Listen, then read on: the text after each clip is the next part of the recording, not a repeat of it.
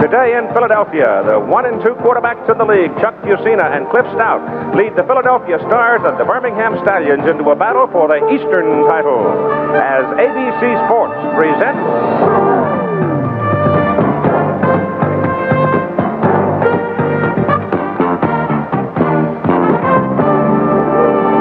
the title game of the USFL Eastern Conference. Southern Division champion Birmingham, Atlantic Division champion Philadelphia. The winner gets a ticket to the big one.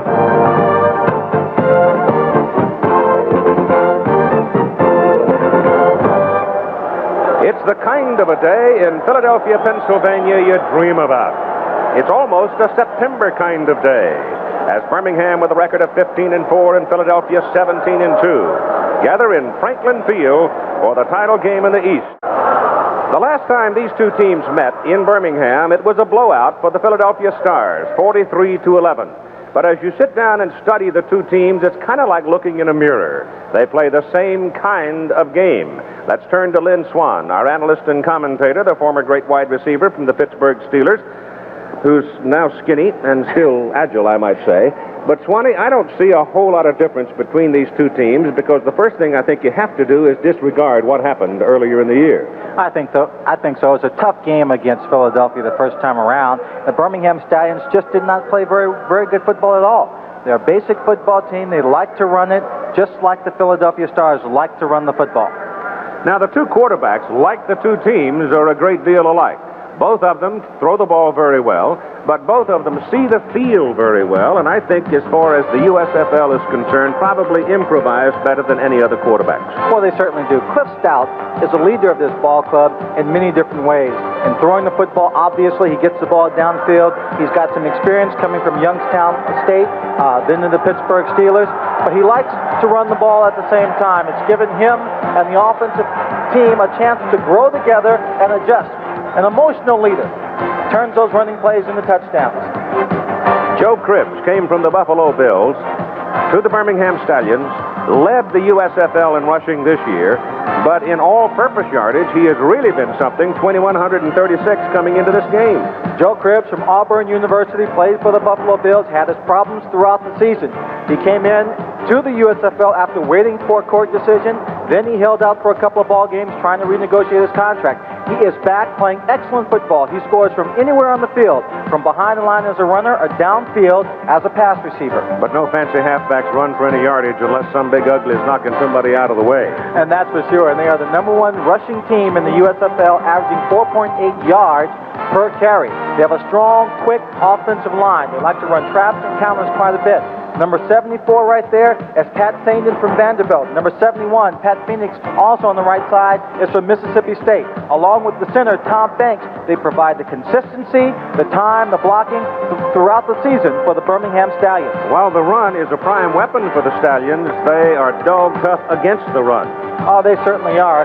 Look at Perry going through a big hole that the offensive line establishes. On the other side of the field, the defensive line, led by number 75, Dave Purefoy, who gets a great pass rush. Their inside people play the run real tough, blocking up the middle. But the man who benefits most from their dogged defense is a rookie out of Auburn University, Chuck Clanton.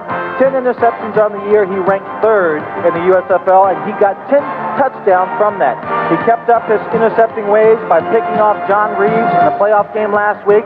2 key interceptions to help turn that game around and give Birmingham a victory to come on here to the Eastern Conference Championship. They will be without their right corner today, however. Ricky Ray is out of the ball game with a sore knee. Danny Miller, a fine place kicker, had 5 field goals last week, and Bob Parsons, a veteran punter.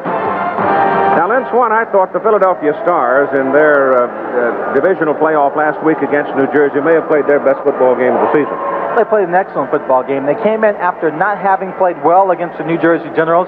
They beat the psychological onus that was on them. They played a great game, and I think they'll continue to play great in this ball game. The man who pulls the trigger for them is Chuck Bucina, and like Cliff Stout, is a man who can do a lot of things. Doesn't mind running the football himself, but he sees the field so well. Chuck Bucina is from Penn State. played behind Doug Williams down in Tampa Bay, came here and got his chance to start, and he has done nothing but great things for this team. He is a smart young man. He is cautious.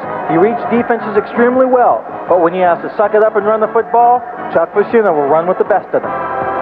It has long been said, great players make great plays, especially in big ball games. And certainly last week, Kelvin Bryant, last year's MVP in the USFL, made those kind of plays.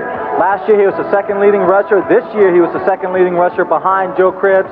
He plays with a great deal of pride.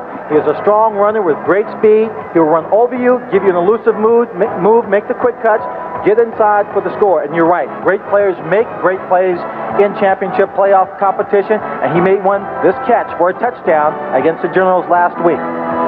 And like Birmingham, an obvious strength here is in the offensive line. Chuck Comiskey, Irv Eatman, they work on the right side, and there have been times when they have been awesome. They have been fantastic for the last 2 years.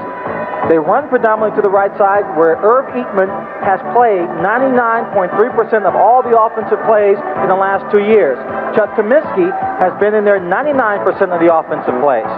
When you have a good rushing offense, normally it follows you'll have a good rushing defense. This is the case. Philadelphia was the best. They were very good on defense against the rush, and they're going to have their work cut out for them this afternoon. It's a swarming defense. They play like a bunch of bees. They're swarming around the ball at all times. They've got great help inside with Bunning and Mills, but number 67, Pete Kugler out of San Francisco, played with the 49ers, has given them great defensive pressure from that line. Scott Werner now playing nickelback. Tough, crafty veteran. Picked off a pass last week to stop New Jersey. David Trout, he's the field goal man. Sean Landetta, one of the best punters in the league. More in a moment.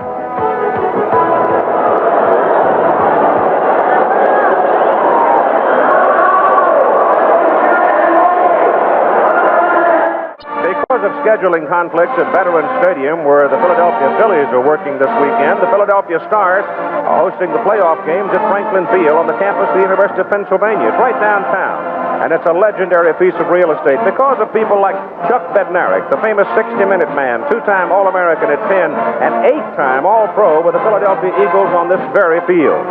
The Stars and the Stallions today, like the Quakers and Eagles and visiting teams before them, dressed away from the stadium, walked about 3 blocks into the stadium before the ball game. It's a collegiate atmosphere as you come into Old Franklin Field for a football game. And I suppose the two tightest men in town in the minutes before this kickoff have to be the two head coaches. Raleigh Dotch of the Birmingham Stallions and Jim Mora of the Philadelphia Stars. Mike Adamle talked with them just a few minutes ago. I think our football team's ready to play, and I know Philadelphia is a very strong club. But I think we're going to play well today, and we're nicked up a little bit, but sometimes when you're wounded a little bit, you fight harder. And I think hopefully we learn from history, and if we did, then it'll be a very competitive game. As far as your quarterback's concerned, I guess the cat's out of a bag. How's Cliff's right shoulder?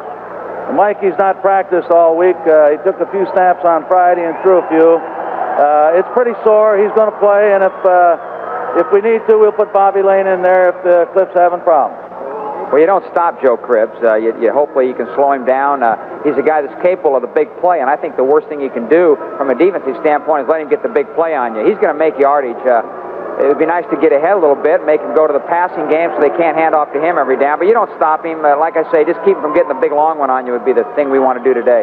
With the exception of the New Jersey Generals twice this year, nobody has been able to beat you guys. If you were the coach of Birmingham, how would you attack Philadelphia? I'm not going to give him any secrets. Well, you give Mike credit, by golly, he tried, didn't he? We're expecting upwards of 30,000 people for today's showdown in the East, and we'll kick it off in just a moment.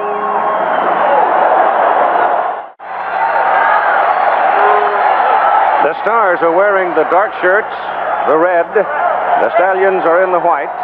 Philadelphia, with its record of 16-2 on the regular season, remaining the home team in all Eastern Conference playoffs, and will be the home team at Tampa Bay in the championship game, which will be played next Sunday night. The Arizona Wranglers having won the ticket to Tampa with their victory over the Los Angeles Express last night in Tempe, Arizona. Mike Adamle has now moved in to visit with the Birmingham quarterback Cliff Stout. Let's join them. Cliff, it looked like you had a full range of motion. How does your shoulder feel? Shoulder feels fine. Kept off it a couple days this week in practice. I let it rest. Got some of the swelling out of it. It should be fine. I was feeling all right. No pain at all. Any pain-killing injections at all? Don't want to do that. I don't want to get hurt worse than it is. Okay. Best of luck today, Cliff. Thank you. So Cliff Stout, who had a frustrating period in his professional career, understudying Terry Bradshaw and was a teammate of Lynn Swan with the Pittsburgh Steelers. But now he's had his chance and he's making the most of it. Let's join Bill Parkinson now for the coin toss in the center of the field. It's red. The head is red. The tail is pale. The tail is pale, right? Tail is pale. You're going to call the coin? What do you call? He calls heads. He calls heads. The tails. Philadelphia wins the toss. You see which way you pick. Stand down here. All right, over here, Philadelphia. Philadelphia wins the toss, and we'll receive. Good luck, men. The rest of the officials for today's game are Marvin Durenberger, the umpire. Head linesman is Jack Pitkus, L.T. Bonner, the line judge. Rick Eichhorst is the back judge. James Fogeltantz, the side judge. Mike Mathis, the field judge, and the alternate is Ted Humphrey. There's the rundown of the officials. It's a beautiful day. The temperature's right around 80 degrees. They've had some very tough weather in this part of the country over the last few days, but we're blessed today with a beautiful Sunday. I guess the one word, and George Allen preached it all week long, but I guess the one word that every coach likes to emphasize coming into any playoff circumstance is poise. I think you certainly have to maintain poise, and what I think that means, Keith, the essence of it is that when you get into the playoffs, you play it just like a regular season game. You try and calm down, don't get overexcited about what you're doing, maintain your poise, and get into your game plan as soon as possible without letting the excitement cause you to make mistakes and play overly conservative. Mark McCants is the return man for the Philadelphia Stars, 195-pounder out of Temple, and you can see he's got lofty averages for his kick returns on the season. Danny Miller, who had 5 field goals in the win over Tampa Bay last weekend, will do the kicking. He is out of the University of Miami. The wind is going to be blowing from the left to right, and apparently that is the prevailing breeze coming in over the roof of old Waitman Hall here at University of Pennsylvania's Franklin Field. That means the kicks from left to right will be longer than the kicks from right to left. And it's a pretty strong wind, and the game is on. It's hooked and fielded by Herbert Harris, a wide receiver. And Harris is caught from behind, slowed down, and they're going to whistle him down around the 11-yard line. So not much of a return for Herbert Harris. Jay Repko made the tackle, and so here they come now.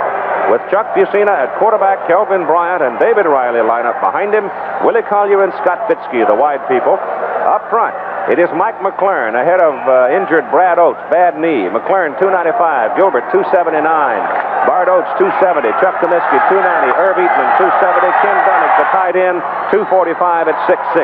Scott Mizalik backs him up. Steve Folsom still hurt with a bad hamstring. First play of the ball game, Fusina wants to throw. Sets a screen to Riley. Riley has no help on that side as Birmingham's defensive unit reacted very well. And it's a defensive unit that will take some chances. They are very, very quick. And it lines up this way for Birmingham with Mike Perko, Jackie Klein, Joe Cugliari, and Dave Purifoy, the ends and the down linemen. Spencer Rowe Sales, the linebackers. In the secondary, Woodbury, Mansfield, Clanton, and David Evans. It'll be second down and 9, and 9, 10, 11, 12, 14 yards. They had actually marked him out on the 16 with his progress.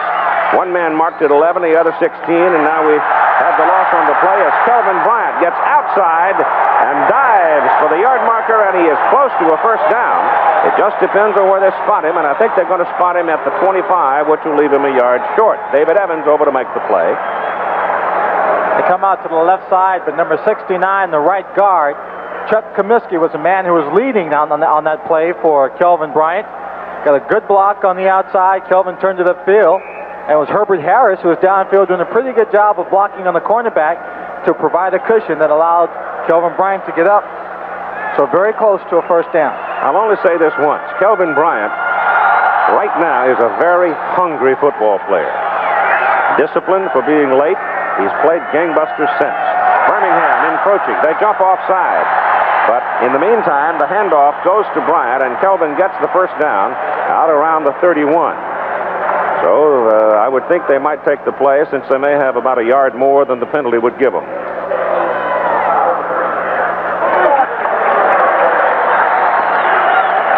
They're discussing it. It is very close. I think maybe he picked up a little less than half a yard over the penalty. Defense, number 55, offside, penalties declined. First down. Bryan comes out of the game now, and Brian Thomas replaces him. Here's the encroachment. You see number 55, Spencer, getting caught, along with Ron Padgett, number 99. Brian Thomas, who had a very big ball game in the 43-11 victory Philadelphia posted over Birmingham at Legion Field. He's at the I-back now. If you've seen it, to throw it, and shoots it down the middle, incomplete. The pass was off target, intended for Scott Fitzke. They're going to call a little holding on that play, Keith. It was a good pass rush coming in from outside. I believe it was by number 69, Mike Perkle, who was coming in. And number 79, Mike was blocking on him, and it looked to me like he just got his arms underneath him. Number 79 on the offense. First down. That's Mike McLaren starting at left tackle. Brad Oates hurt his knee last week and probably is not going to play because the leg is very, very sore. That's a 10-yard penalty. So it's first down at about 20. David Riley behind Comiskey and Eatman turns upfield to about the 28 before they bring him down. Herb Spencer makes the tackle. Eaton was out there blocking on Padgett. They didn't have very much room to run to the outside. He cut back inside, but number 55, Herb Spencer, was sitting inside, waiting for David Riley to come through. Kelvin Bryant now has caught his breath, and he's back in. It's warm enough down on the artificial surface to rotate people in and out.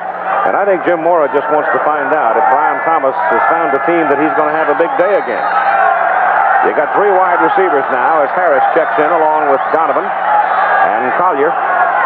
Fitzke, the wingman. Fusina quickly to the sidelines to set up a wide receiver screen for Donovan. And Donovan fights his way back up to about the original line of scrimmage where the holding call was made. And so they'll be looking at third and long. They didn't get much out of the play, but what you got a chance to see on that play was the speed of Herb Eatman playing at tackle, getting to the outside. To make that play work, the tackle or the tight end, if he's on that side, has to get out there in front of the receiver and make the first block on the cornerback and give him some room to step inside or outside, possibly downfield for 10 or 15 yards. Four wide receivers now. On third and about 11. Some pressure. Fusina's pass good to Collier. Collier short of the first down at the 36. It'll bring up fourth down. And Sean Landetta's punt now will have to be into the wind. Chuck Clanton was a man on the stop. Very interesting.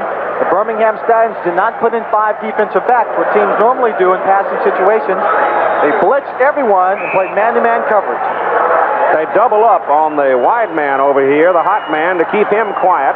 And Landetta's punt is knocked down by the wind as Frederick comes up for a fair catch call, fumbles the football, and you've got to struggle for it up around the 43. If Birmingham's got it, they've got great field position for their first possession. Birmingham should end up with the football. No? The Birmingham players are walking up the field. Philadelphia. But Philadelphia does have the football.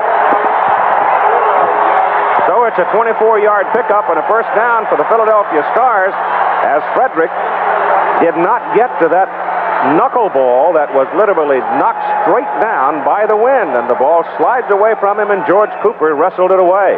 Well, right there you can credit the wind for that turnover. The ball just hung up, and instead of turning over and coming down and moving forward, the ball just hung up and was actually sliding away from him. So therefore he had to run a longer distance in trying to make the catch. He wanted to make the catch because he was going to come down in a crowd of people, may have taken a funny bounce and hit one of the Birmingham players. So Philadelphia gets a break. Call it the 42-yard line of Birmingham, and a first down for the Stars.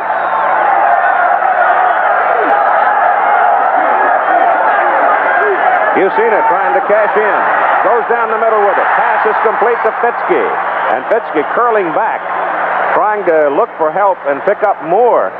Loses a yard or so after his reception. So they mark him at the 34. If he had just gone straight ahead, he'd have had 10. Well, if he had just stopped, he would have had the first down. That time he was trying to make the move, trying to break away. Most receivers will make that same move. Very interesting. The Philadelphia Stars on the opening series first down plays have run play action passes, taking advantage of the fact that everyone looks for them to run the football. Joe Cribbs here sitting on the bench waiting for his opportunity to come in and have an impact on this ball game. Kelvin Bryant, sweep right. Look at those quick feet. There's your first down, and it's well inside the 30 before they get Bryant out of bounds. Of course, he runs again to the right side of the line. Number 58, Taft Sales, is a man who was trying to make a tackle there in the backfield. He'll dive and miss Kelvin Bryant right there. And watch Kelvin's feet. Constantly move. Dave Purefoy misses. You see Spencer coming in from the background. He comes in from behind, doesn't get a piece. Kelvin's still moving. Takes everyone with him out of bounds, picking up the first down. North Carolina, he's right. He's hungry. He's strong. He wants to have a big game today. Ball sitting just inside the Birmingham 26 for the Stars on the first down snap. David Riley over the right side. Nothing there, and a penalty flag comes quickly out of the umpire's pocket. Ron Padgett, the tackle.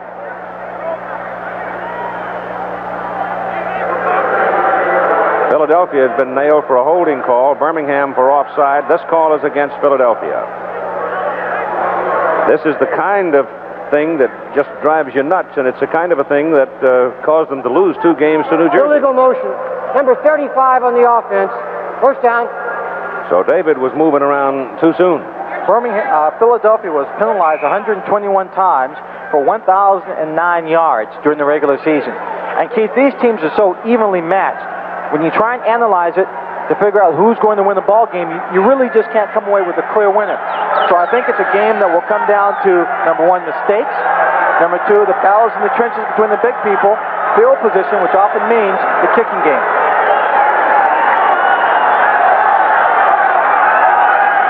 Bucina gets the snap away just in time. Gives to Kelvin Bryant, and Bryant runs it inside the 20. Good pickup on the carry as he reaches the 20. Where is he? The 19-yard line.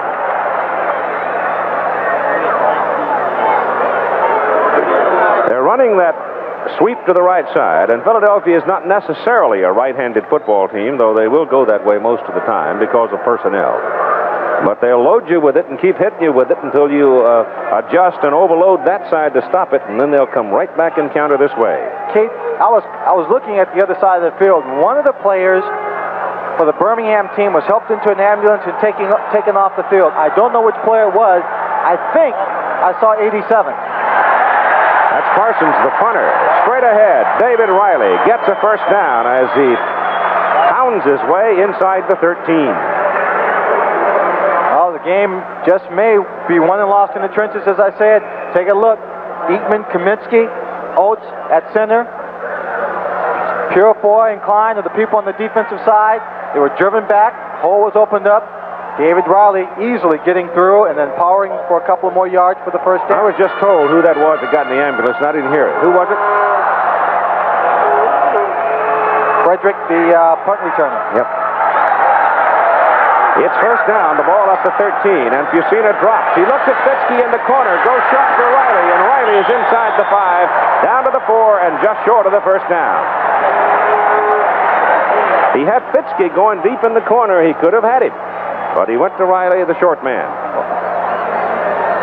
Ron Frederick, ankle injury. He is the kick return man for Birmingham, and Birmingham comes into this ball game with a lot of folks dinged up. Quite a few. That's going to make a big difference in this ball game as it progresses. The injuries, Cliff Stout's shoulder. How long will he be able to go? How effective will he be throughout this entire ball game?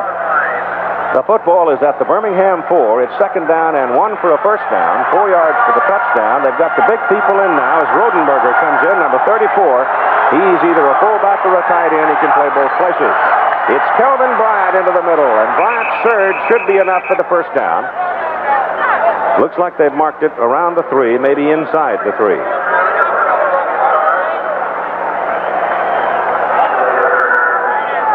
Birmingham, like Philadelphia, likes to make you travel the long road. Certainly do. That time, number 53, Bob Boyd was, not Bob Boyd, he's a basketball coach. Thomas Boyd was the man in on the play, making the stop.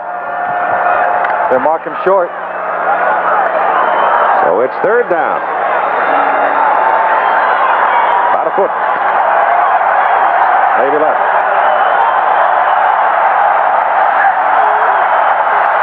Birmingham offense has not been on the field. Rodenberger in motion. Give it to Bryant. Bryant over the right side. He's got to have the first down with that. But Bill Rowe and Thomas Boyd, after he had picked up a half a yard, really nailed him. If they only needed a half yard, then that's just about all they got, Keith. The offensive line surged out. They fired up the ball very quickly. They made contact. Looked like he may have driven the defensive line back just a half step. And then Kelvin Bryant hit it and was stopped cold in his tracks. Whatever forward progress they made. Kelvin has 41 yards now on 6 carries. Not a bad first quarter, huh? Not a bad 2 drives. Philadelphia grinding up the clock in this first possession of the football game. Watch the sweep right. There goes Bryant. There's the blocking. Missed tackle in the backfield. Touchdown!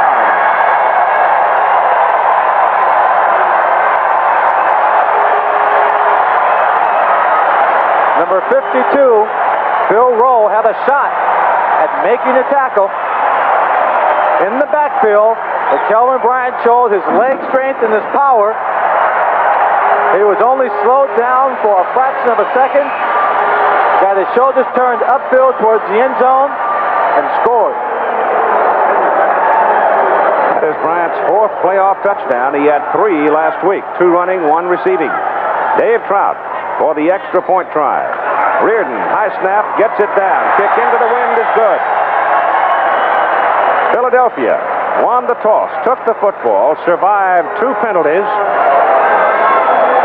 You've got 6:22 to play in the first quarter. They held the football well over 8 minutes and stuck it in the end zone to lead 7-0. Big march by Philadelphia. A lot of time put away on that drive. Bryant, 7 carries, 43 yards. Fusina, 5 out of 5, 22 yards. There's the touchdown play. You see right there the missed tackle by Bill Rowe. The defensive line did a great job of stringing the play out, but then the hole opened up behind his blocking and cut it upfield. Bill Rowe missed the tackle. He only needed 2 yards, and his speed got him in there. Trout to kick off. Mansfield, Vaughn Mansfield and Lonnie Johnson, 45 and 33, are the return people for the Birmingham Stallions. Frederick, their punt returner, gone to have x-rays on his ankle. That could be a factor because he is the punt returner. That's a dandy kickoff into the wind by Trout. Woo-wee. He knocked it 6-7 yards into the end zone. No return. And I mean, the wind is quite brisk in that direction. But Trout got all of it. And Lonnie Johnson puts it down, and Birmingham will take over at their 20, first down.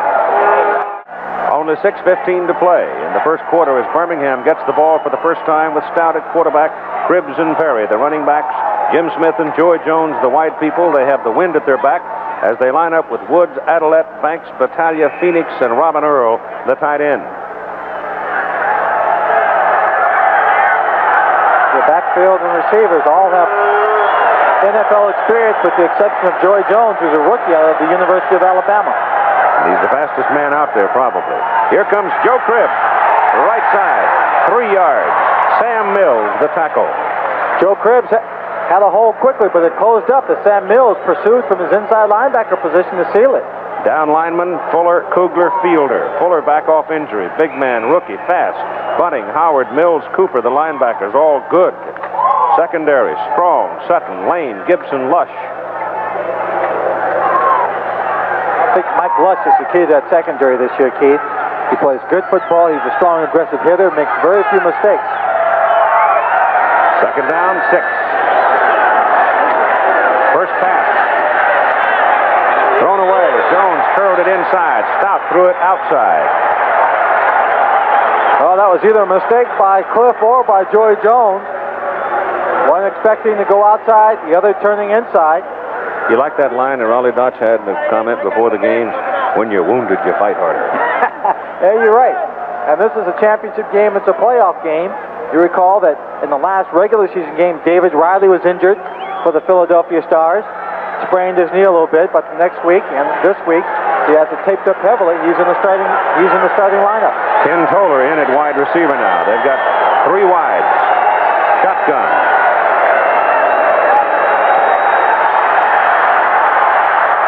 Stout pulled it down, and he takes a lick.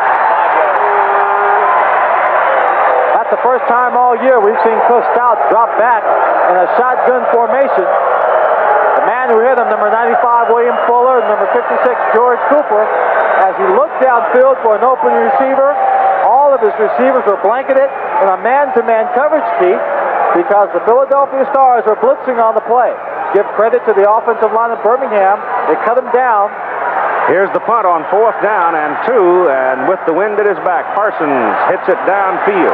That's Garcia Lane, who broke one last week against New Jersey, but this time they make him pay for it. Number 23 for the Stallions, Earl Gant, came down and buried him. A 41-yard punt and a 10-yard return. A shirt sleeve day in Philadelphia, though it's the humidity is low, the wind is cool, the temperature about 80. And Philadelphia's second possession. They start just outside the 40. They lead 7-0 with 5 minutes to play in the first quarter.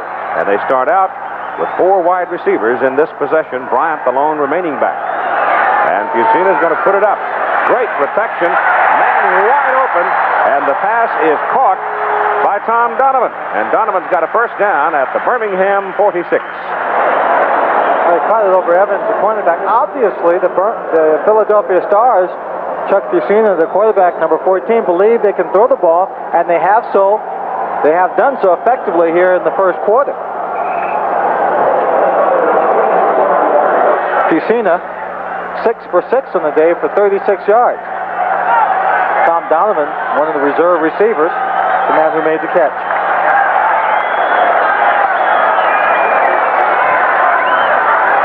Little quick pop, and Herbert Harris can't get it. I think Fusina read blitz there. That's why he tried to get away with it so quickly, but he had Harris out there. If he'd been able to bring it down, Herbert might have run a while. The ball just seemed to sail a little bit on him. It'll be 2nd down and 10.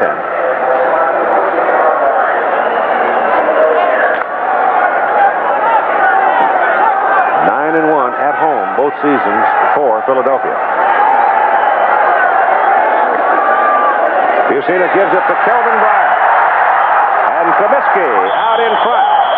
Plays a solid block on Spencer, the linebacker. And Bryant turns it upfield, and he's a yard or so short of the first down. Taft Sales, the tackle out of Missouri.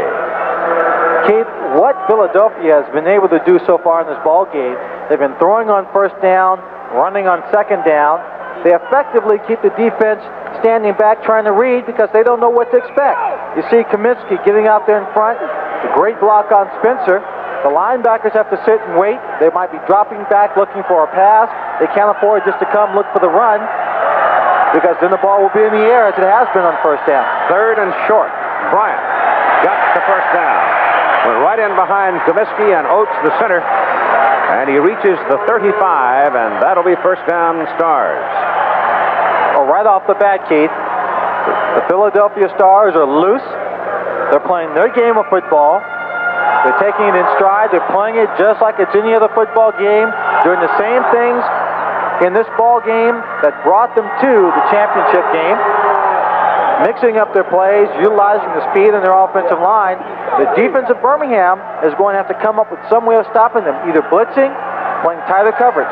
Alan Harvin is in there now in the setback position along with Riley. It's Riley. Riley caught behind the line of scrimmage and dropped at the 39. Number 51, Max Jones out of Massachusetts, linebacker, made the stop. You see Max Jones on the outside. That's number 79, Mike McLaren. He just does a great job of getting the first step upfield. Beecham has position. Riley can't make the cut quick enough to go inside the block. He's caught behind the line of scrimmage. So you've got a loss on the play of 5 yards from the 34 back to the 39. Second down, 15. And you've got 3 wide receivers in the lineup. With Piscina throwing. Gets it away under pressure. Pass is caught. Fumbled. Birmingham. Looks like Birmingham may have gotten in there. The referee called it a complete catch.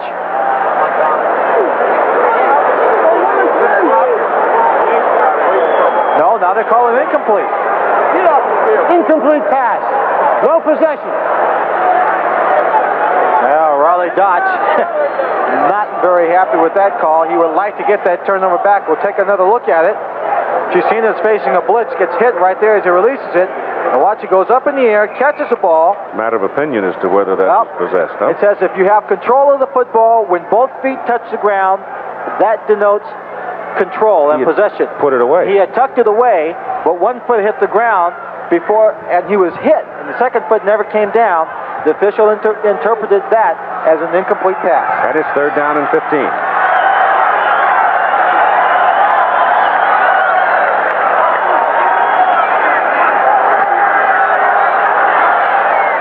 Steelers had a man, Scott Fitzke.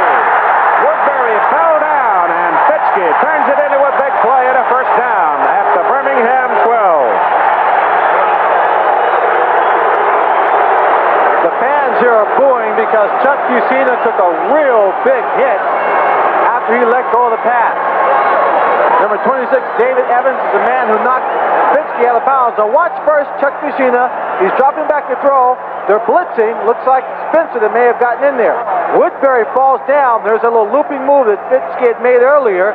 This time it buys some time. Donovan tries to get downfield for a block on Evans. He can't quite handle it. But we've seen one thing, Keith. Birmingham has tipped its hand. They're blitzing an awful lot now, trying to put pressure on them. But Fitzke is picking up the blitz, and so is the offensive line, and they're killing them with it, the man-to-man coverage. First down at the 12 for Birmingham. Kelvin Bryant, sweep right, hit behind the line of scrimmage. Bill Rowe, inside linebacker, shooting through to get him, and you've got 2:55 to go in the first quarter. The loss is back to the 16, a loss of 4 yards.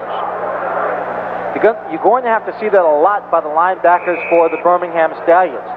When the play goes to the outside, there are natural lanes it creates for linebackers to shoot that gap to get inside and make the tackle. You saw earlier Bill Rowe shot the gap, missed Kelvin Bryant on one play. That time he shot the gap, brought him down in the backfield.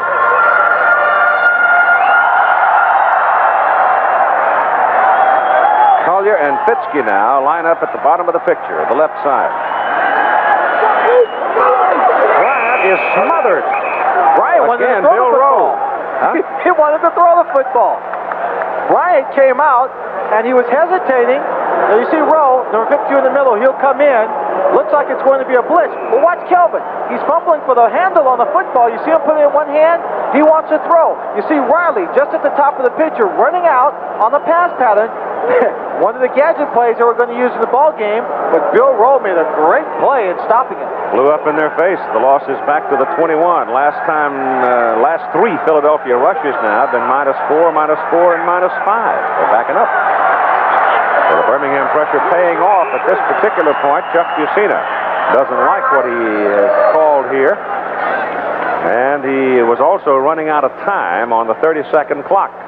So he spins a timeout with 1:37 to play in the first quarter, leading 7-0. I think that little set of numbers right there will tell you rather quickly why Philadelphia is leading 7-0 and why they are threatening again. There's only 1 minute and 37 seconds left on the clock. It is a 7-point lead. If Birmingham's defense can stop them without scoring a touchdown or even stop them from getting a field goal, it's still only a 1-touchdown lead.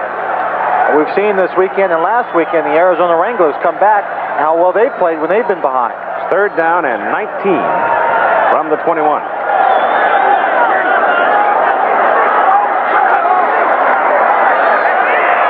Jusina's pass is away. Donovan is out there and missed it.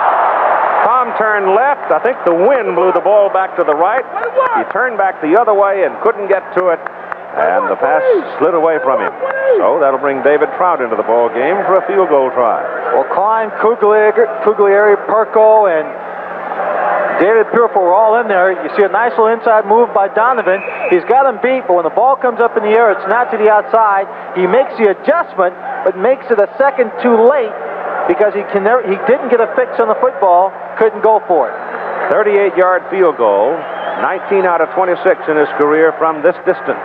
David Trout. No good. Hooked it left. So Birmingham turns them away with a good defensive stand.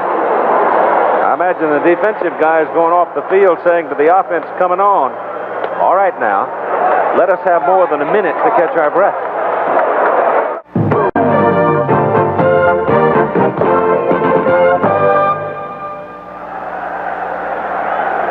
Take a look at some of the pressure that Chuck Fusina is facing every time he drops back to pass. You'll see number 95, Joe Cuglieri, come in from the bottom. All right, on the long pass that was incomplete, that was number 75, I think, Dave Purifoy from the outside, the top of the screen. It came in and also laid the hit on him. So the Birmingham Stallions get the football for the second time in the first quarter at the 21.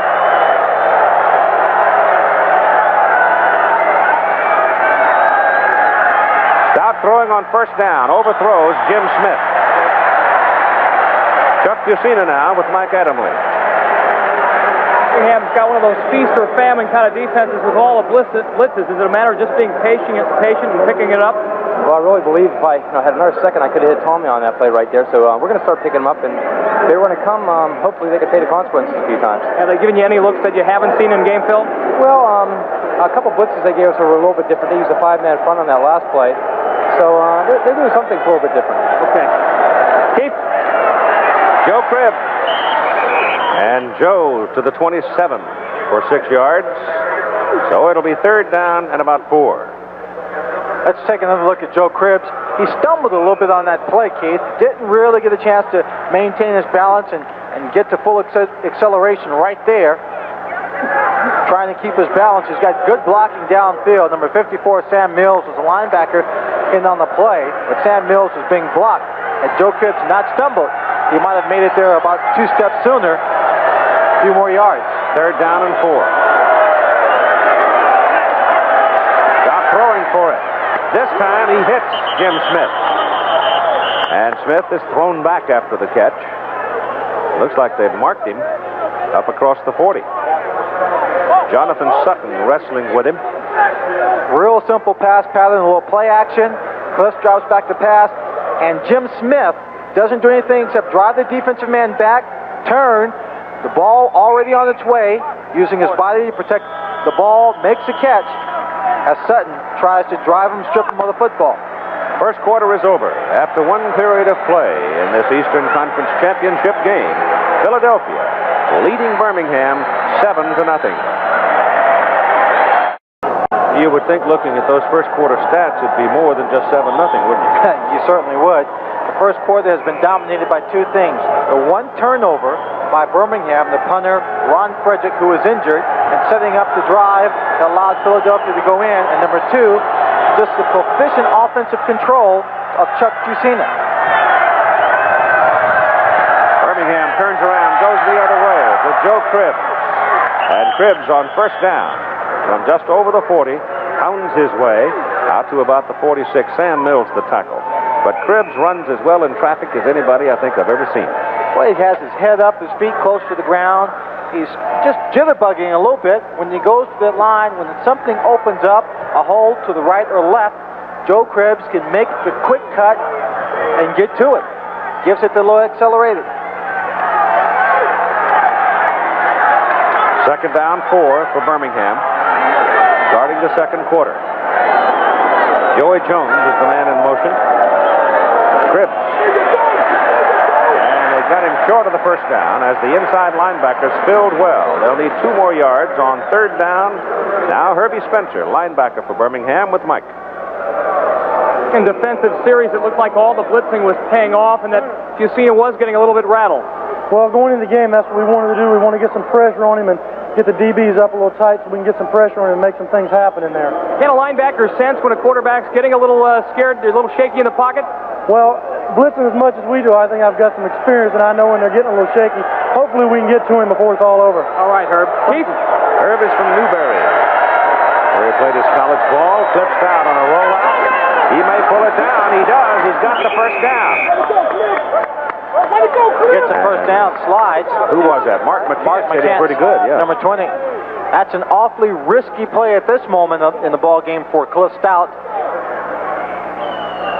He has a shoulder injury to his right shoulder. You heard Riley Dodge talk to Mike Adamley about it before the game. And if he comes in running the football, and one of those big defensive linemen or a linebacker or even one of the smaller defensive backs with a good head of steam lays a lick on that shoulder, you know, might have Cliff sitting watching the rest of this football game. From the 47 of Philadelphia now, Birmingham for the first time today on the other side of the midfield stripe, and Leon Perry, a 235-pounder out of Ole Miss. Hounds in there. Perry last week had a big ball game against Tampa Bay, 15 carries, 80 yards. Talked about the Birmingham Stallion offensive backfield having NFL experience. Perry played for the Giants, Cliff Stout for the Steelers, Joe Cribbs for the Buffalo Bills, Jimmy Smith for the Pittsburgh Steelers. Second down, 6. Perry blocking for Cribbs. And Cribbs fumble. And Philadelphia jumps on it. Antonio Gibson.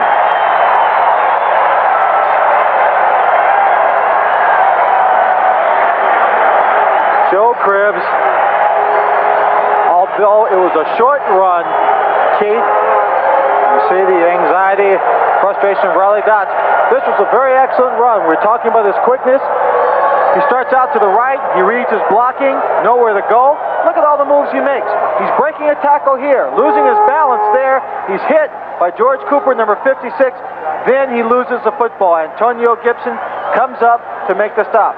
Two turnovers. Turnover. Last one was a touchdown for Philadelphia.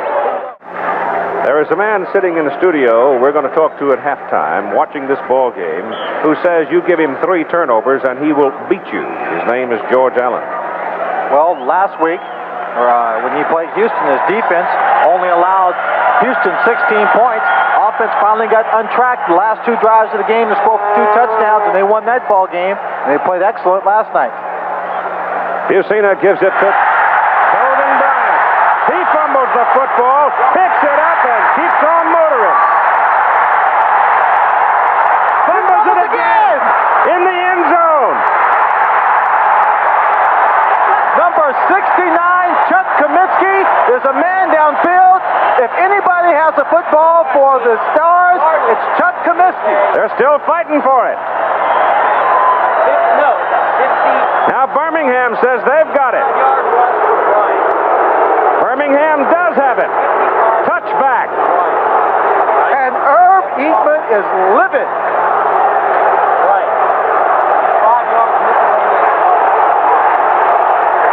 You talk about the old bounce of the ball.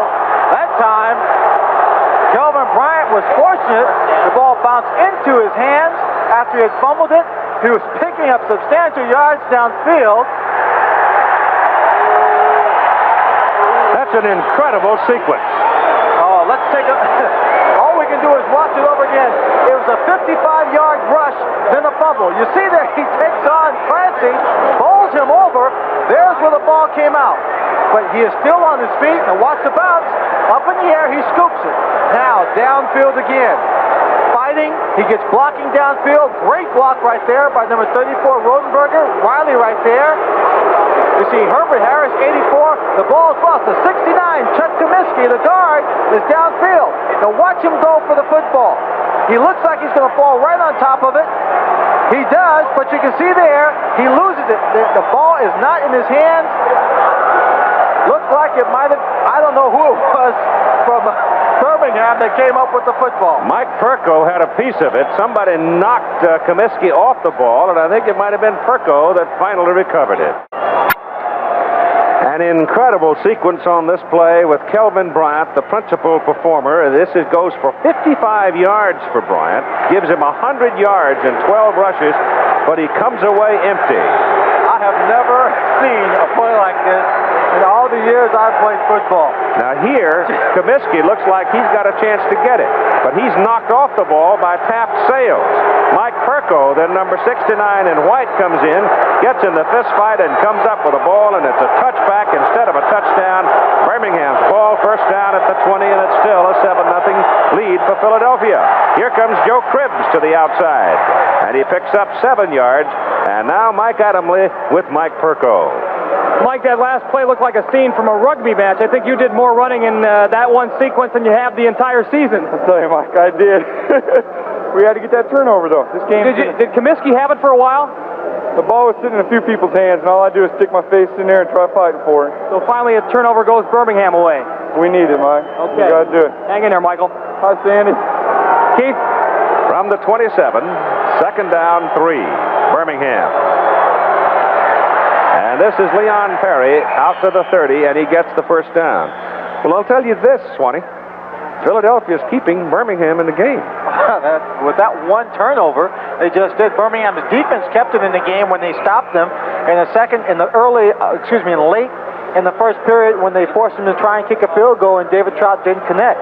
But I saw something very interesting. That last time, Philadelphia's defensive alignment, as we look at Irv Eatman trying to gather a little rest, 67 Pete Kugler, the nose tackle was actually flexed off the line of scrimmage. Looks like the Dallas defensive line. Cliff Stout trying to set up a screen, does to Cribbs, 2 blockers in front. Joe weaves his way to the 40, just short of the first down. The greatest thing about that play was the catch that Joe Cribbs made. The screen was set up very well before then Joe Cribbs made the catch, went downfield and stopped by Sam Mills, but he had to make a very fine catch of that pass. They're about a yard short of the first down. Second coming up. Let's see if he tries to buy something big here. Working into the wind, they'll go for the first down and get it. As Cribbs slants over the right side behind Battaglia and Phoenix, Fielder brings him down. Ball is put at the 43 of Birmingham. First down, Stallions, with 9:45 to play in the first half, and the Stars leading 7-0. Keith, a little something to look for on the part of the offense of the Birmingham Stallions. We saw Jim Smith catch one pass, a little short pass off play action. They didn't connect the first time around, and they tried to throw the same pass. Look for them to continue to do that on first down, and then for Jim Smith to try a hook and go for the big one later on in the ballgame. I got 4 feet. Stout gives to Cribbs. Joe's got no place to go. Number 59, John Bunting, stood up the blocking and just waited. He stood up the blocking, waited. Joe Cribbs was trying to hide behind the blocking, but Bunting came through it. 11-year veteran now that played for the Philadelphia Eagles. The man who almost had a touchdown, Chuck Comiskey now with Mike Adamle. In fact, Keith, I think you did think you had it, right, Chuck? Yeah, I thought I had it. I thought I had it, and then Duck Riley had it in the end zone too. But hey, that's all right. We're going to get the ball back, and we're going to score again. If we got to score twice to make it count once, that's fine with us. We're going to win the game, whatever it takes. All right, well spoken, Keith. Stout on a rollout, intercepted. Picked off by Mike Lush, and Philadelphia's at the Birmingham 42. Cliff Stout had to pick himself off the ground. He was rolling out, looked back across the field for number 86, Jim Smith. Threw the ball with authority, but the ball was out of the reach of Jim Smith. Mike Lush will come in from the top of the picture to steal it. Cliff Stout is scrambling right now. 26 is Jonathan Sutton, 27 is Mike Lush. Jimmy's looking for the ball. If the ball's coming in, Mike Lush, he gets the ball as if the ball is thrown to him instead of Jim Smith. I think it's tough into that wind, though, going that way. You really got to zing it. Got to have good rotation on it. Now Philadelphia with Birmingham's third turnover at the Stallion 42. And Fusina stands up, loops it to the sidelines. A timing pattern for Donovan, incomplete. Defending Woodbury. Woodbury was defending, had his back turned to the ball. Donovan wanted the official to call a face guarding penalty. but he was looking at the receiver all the way, did not throw his hands up in the air, therefore it's no call. I want to point out two things, Keith. In the interview with Mike Adamle, Fucina said they're going to pay the price if they blitz. I believe he talked to Perko. Yep. Perko was discussing the blitz and saying that they want to put pressure on them and have the defensive backs come up and play tighter coverage. Well, when they play that tighter coverage and if they don't have the pressure, he's going to hit them and hurt them with a big play. Herbie Spencer, linebacker, said that. Yeah. Okay. This is Bryant now. Put it away, Kelvin. On the sweep right, takes a whack and rolls out of bounds right at the 40. Picked up 2. Chuck Clanton coming across to get him. Cliff's down on the phone with the coaches upstairs. Birmingham flows defensively to the ball. They'll string you out forever. Kelvin Bryant that time was trying to show his strength and power, taking on one of the defensive players in that last carry. He was standing straight up. Did a good job when he took on Chuck Clanton, but he can't do that all day long. Alan Harmon replaces Bryant now as Kelvin comes out for a breather. And it's 3rd down and 8 from the Birmingham 40. The wind at their back. Fucina pops it to Collier, and Collier is short of the first down. To mark him just short of the first down. Now it brings up 4th down. Do you go with Trout with the wind at his back, or do you go for the first down? 4th and a long one. Watching Jim Moore, observing the plays he's called in situations like this, you go for the first down. He doesn't have any doubts about using David Trout, but I think he realizes the advantages emotionally to a football team that they can take a big 4th down play and make it work for them. 7:20 to go in the first half. 7-0 Philadelphia. Timeout. Chuck Fucina wants to talk it over. Wants to make sure he knows what the coach wants, and everybody, particularly along the offensive front, knows, because they have to move the barrier. Right now, Philadelphia trying to pick up a first down on 4th and a yard and a half. 7 out of 14 on 4th down tries this season. They're going to sweep Bryant. He's got it. Herb Spencer came all the way across the field to make the tackle for Birmingham, but Bryant had a convoy in front of him. Comiskey, Eatman, and Rodenberger. Well, there was little doubt as to where they should go with the ball.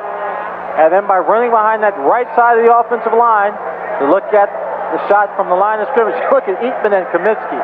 Bodies lowered, looking for a head to knock around. They both engage people, driving back downfield. Herb just giving him a little gentle shove. They pick up the necessary first down. At the Birmingham 24. Herbert Harris in motion. Inside, Riley bounces outside. Inside the 10. 1st and goal, Philadelphia, Birmingham 6. Individual effort by David Riley. It's playoff time. David Riley was injured in the last regular season game. When I talked to him before the New Jersey game last week, he said it's playoff time. He backs to the wall. You have to tape it up and come out here and play football because there is no tomorrow. He comes up to the offensive line. There was no hole, and he just bounced it to the outside. And with the flow of the defense and the offense going away from his left, there was nothing but green AstroTurf for him to pick up in terms of yards. 1st and goal, Philadelphia. Birmingham 6. Bryant.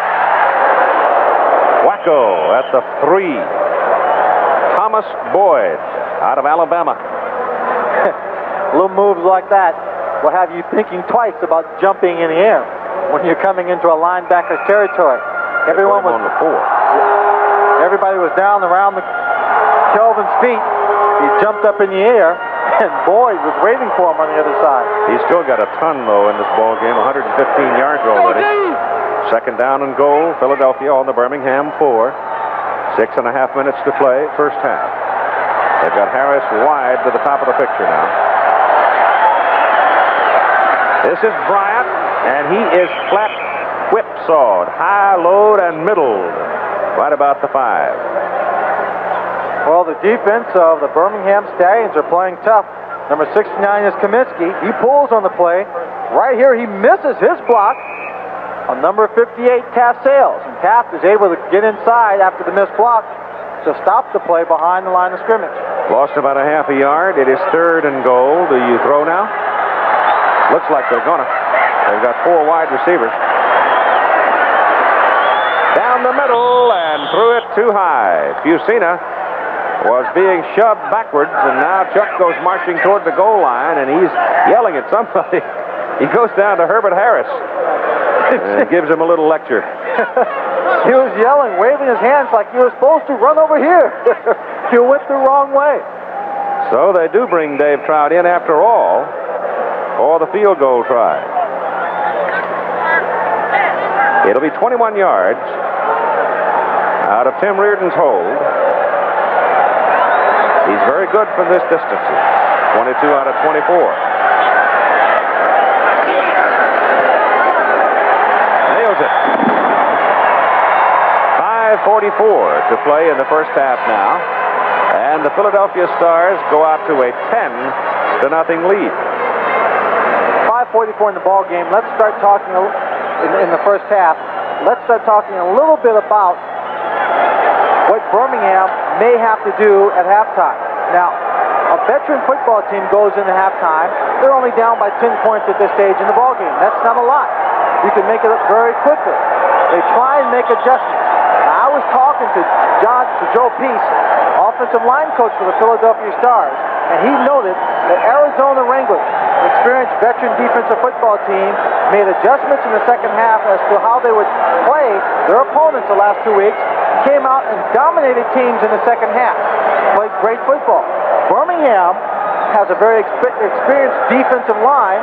They're playing good right now. They're going to have to go in and make some adjustments, even more so to stop this team from scoring points and get their offense on track. Well, to gamble a little more, huh? Oh, gamble as much, but get their offensive team going to make up the 10-point difference. With the wind at his back, Trout hits it very high. Mansfield goes way back into the end zone, and there will be no return. So once again, the Stallions have no opportunity to move it upfield. With a 10-0 lead, the Philadelphia defensive unit comes aboard now. The championship game, 8 o'clock next Sunday night here on ABC from Tampa, Florida. And it's the winner of this one against the Arizona Wranglers. We'll have a visit with George Allen at halftime and show you some highlights from last night's ball game, since I'm sure many of you in the eastern part of the country probably went to your pillow, at least by halftime. Kelvin Bryant taking a whiff of oxygen now. It gets warm down on that rug. First down for the Stallions as Stout sets them up. Lush is dancing around in the secondary. Stout turns to the sidelines, throws incomplete for Jim Smith.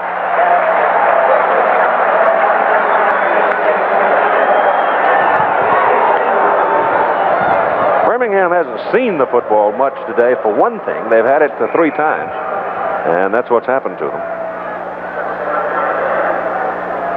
Well, you don't have to know a lot about football to read that and understand why they haven't put points on the scoreboard. Going into the wind, though, it's a bit of a problem. It's tough to go deep. A little delay with Cribbs.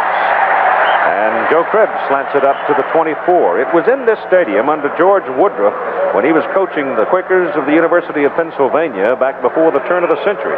He came up with 2 gimmick plays, at that time called gimmicks, the flying interference, that is the running interference, and the other being the delayed buck, which was the forerunner of what we now call the draw play. A lot of history in this old piece of real estate. Sounds like he was a hunter. He had 3 undefeated untied teams back in those years. A fellow named Brook, All-American halfback, the punter. He's the man that brought the coffin corner kick into being, too. 3rd down and 7 and a penalty. Flag goes into the air as the 30-second clock runs out on the Birmingham Stallions. So they wait to get a play in. Number 18 on the offense. That's automatically charged to the quarterback. If they were late getting the play in, and then looked like he might have called a check off, and by that time, too late.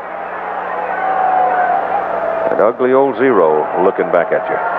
Those 30-second clocks sit at the top of the turn on this track that goes around the football field. Quarterbacks have a very good view of that clock, looking downfield. Of course, this is the place where the Penn relays are held. Great track performances here. Bill Cosby ran in the Penn relays in the seniors division. Yeah, it did. Never told me whether they won or lost. 3rd down and 2. Stout gets it away, intercepted! Antonio Gibson, great interception by Gibson, and he brings it back to the 26-7 of Birmingham, and the Stallions now have turned it over 4 times. That was a heck of a play by Gibson. He went up and made a great catch. I'm sitting here looking at the stats for the Philadelphia Stars, and Gibson did not intercept the pass all season long, Keith. This one is first. Cliff Stout drops back the pass, rifles the ball. I think he's going for number 4, Joey Jones right there. But Gibson was able to get up in the air and take it away from him. Now he starts his little act as if he's a running back and makes some good yards. Another big turnover, field position for the Philadelphia Stars. Ball is at the Birmingham 27 where they put it down. This is Kelvin Bryant on a sweep. Bryant hit it for the corner. Just short. 1 yard short. On the first down play today, Bryant has been dynamite. He has run 5 times on first down for 109 yards. Oh, my aching back. Take a look at Bryant. 44. David Riley out in front, gets his block. A little tiny hole right there. He slices through. He's got people downfield blocking for him. Turns on the Jets. Number 24, Chuck Clanton, comes all the way across the field from his weak safety position to make the stop. A yard short of the end zone. High formation. Figures Bryant here. He's in there. Touchdown.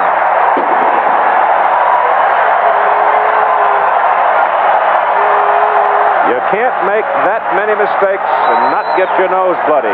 Kelvin Bryant now, 18 carries, 142 yards, 2 touchdowns, and if Trout is successful with the extra point try, it'll be 17-0 lead. That's his 5th playoff touchdown for 1984. They just took his running average, his yards per carry down a little bit, giving him that ball on the one play for the touchdown, since he did all the work at getting it there in the first place. The extra point try now by Dave Trout is good. So with 4 minutes and 9 seconds to play in this first half,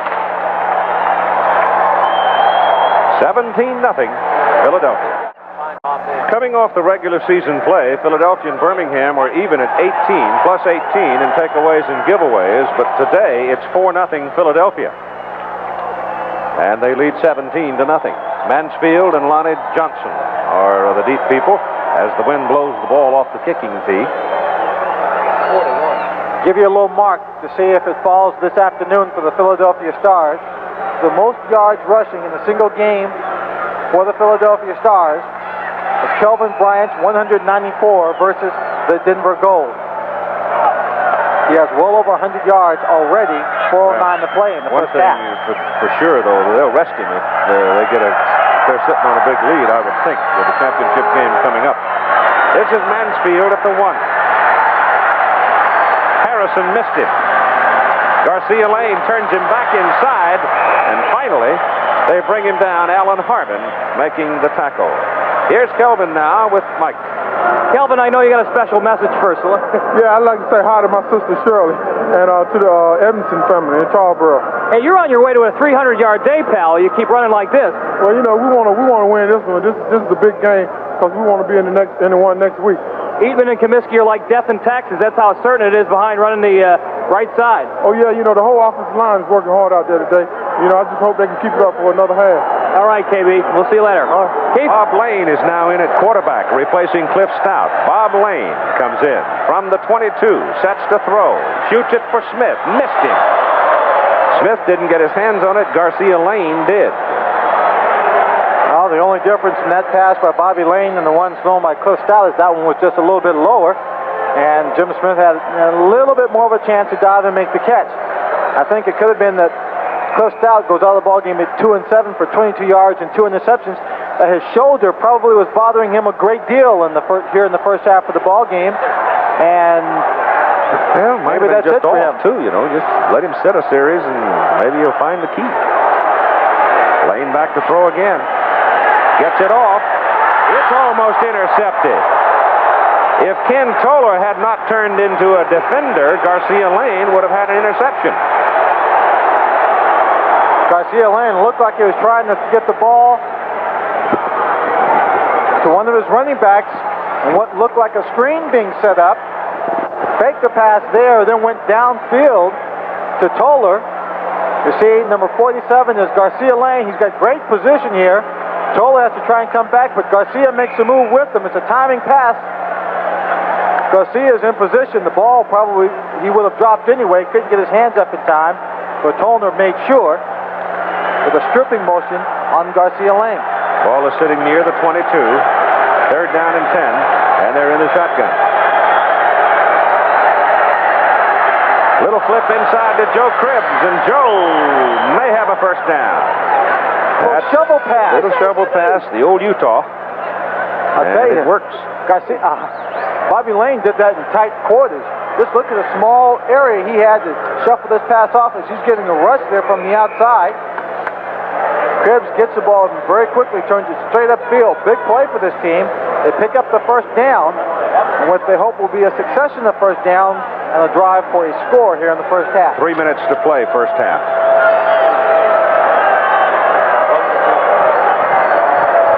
Lane back, throwing again on first down. Down he goes. Ball comes loose. It's George Jameson. Came right down the pipe. Number 96, Don Fielder, was the man responsible for making that play defensively, inasmuch as there is a strong pass rush on Bobby Lane. But Fielder is out stopping the screen. There's a screen being set up.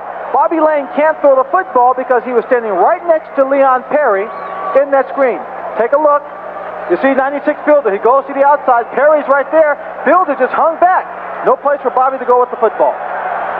So they're sitting back near the 20. Hand it off to Cribbs, and Cribbs isn't going anywhere. And on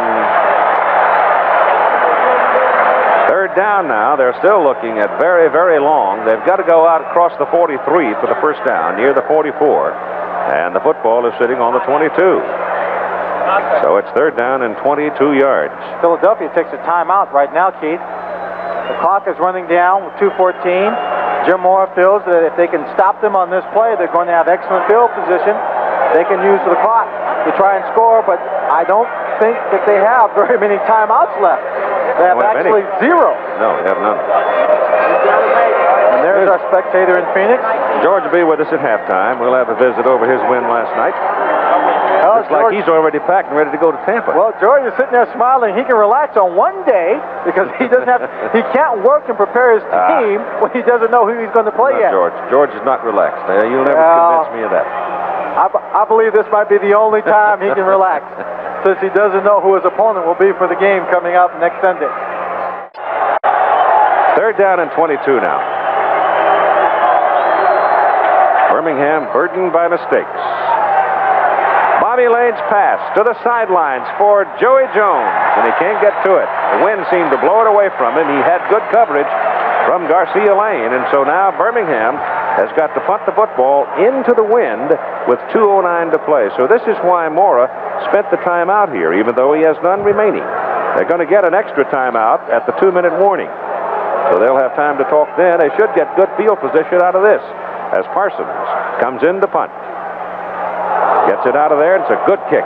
That's very good into the wind. Garcia Lane at the 36. Up the middle he comes.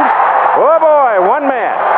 One man kept him from going home. Earl Gant of Missouri. I was about to say before the ball was punted to remember that he was a man that returned one for a touchdown last week against the New Jersey Generals, and he was one man away from doing it again. Let's take a look. Again, an excellent punt, and the punter almost outkicks it. Parsons barely gets it off, almost blocked, but he gets off an excellent punt. And you'll see Garcia Lane coming in, getting some blocking right up the middle, and right there he stopped. He had two blockers in front of him and only two defenders, and one of those was already on the ground. So a big play for Earl. Everybody wants to be at the USFL championship game. Y'all got any tickets left for the championship game? Hurry up, there's only a few left. You better get here any way you can.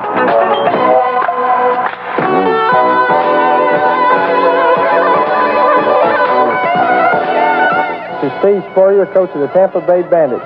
We sure hope to be there Sunday, July the 15th in Tampa Stadium. Don't get left out in the dark. The title's on the line.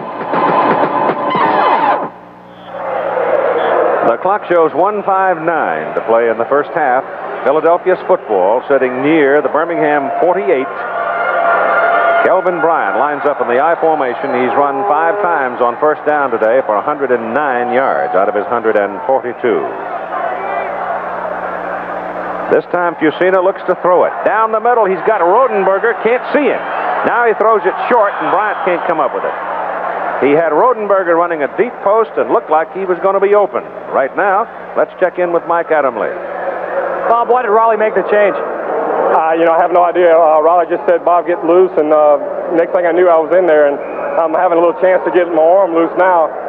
When he told me to get loose, next thing I knew, Kelvin was in the end zone, and, it was kind of quick, but we hope we can hold them here and go in at 17-0 at halftime and maybe come back and get something going. Tough for a QB going in with a 17-0 deficit.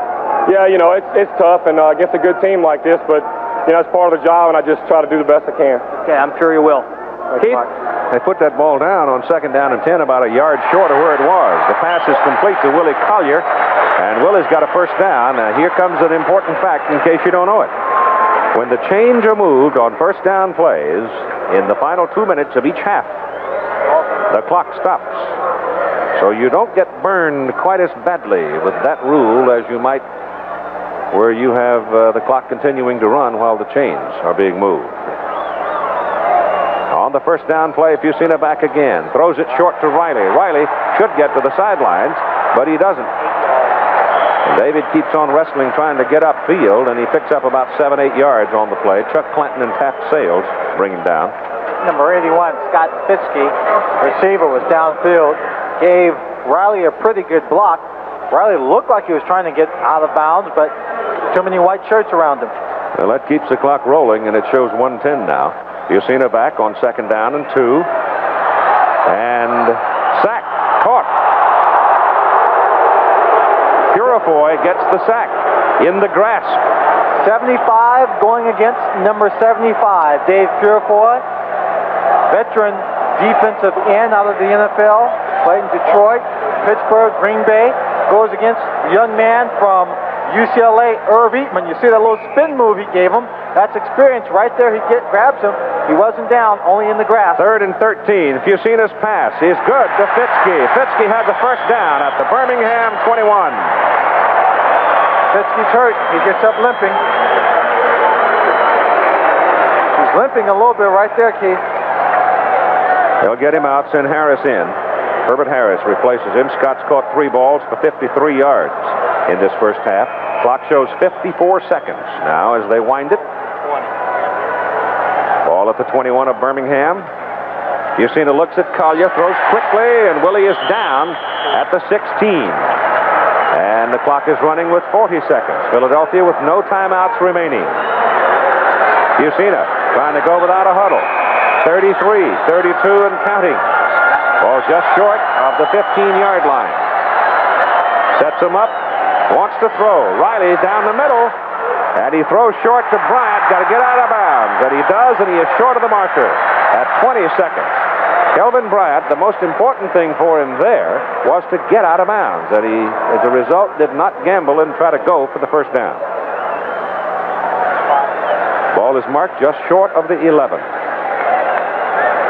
20 seconds to play. It's 3rd down. He could have helped him out quite a bit by getting that first down in case he only used up a couple of seconds on his next play.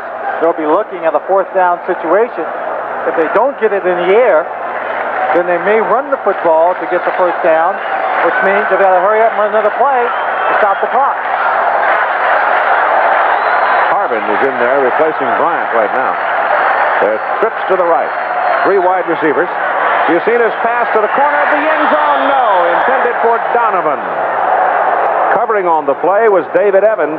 The ball floated away from him, and that'll bring Dave Trout into this circumstance with 15 seconds to play. You see Donovan getting to the outside and breaking away. He also had Herbert Harris open over the middle. Donovan lost his balance. Here is where the importance of not getting the first down, Keith, comes into play. It's fourth down. Instead of having it second down, they're going to have to go for the field goal instead of trying for a touchdown. It's a 28-yard field goal try. And it's good. With 11 seconds remaining to play in the first half, Philadelphia moves out to a 20-0 lead.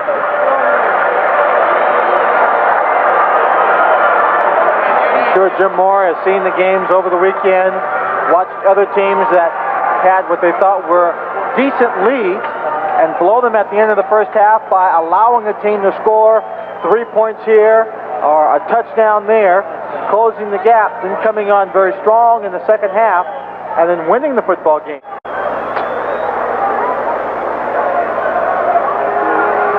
Trout's kickoff. See you later. Oh, when it's going well for you, it just continues to build and build and build. And there, David Trout, University of Pittsburgh, former teammate of mine with the Pittsburgh Steelers. Booms it right out of the end zone. Birmingham now has 11 seconds to work. And who's coming out at quarterback? Bob Lane. There are a couple of young men standing on the sideline watching the game. Carl Peterson, president and general manager, standing at the lower end zone of the far end zone, and the man standing next to him is his son, Jim Moore's son. Played pretty good football for Washington University last year. The Huskies. Joe Cribbs running it and belted down. Now it's Leon Perry running it and belted down at the line of scrimmage. And the clock shows 0. So the first half is over. 4 turnovers by the Birmingham Stallions. Philadelphia leads it 20-0. We'll be back with halftime activities after this commercial and a word from our local station. Lonnie Johnson and Vaughn Mansfield ready for this man's kick, Dave Trout. So Birmingham will work into the wind in the fourth quarter, go with third quarter, and go with the wind in the fourth quarter.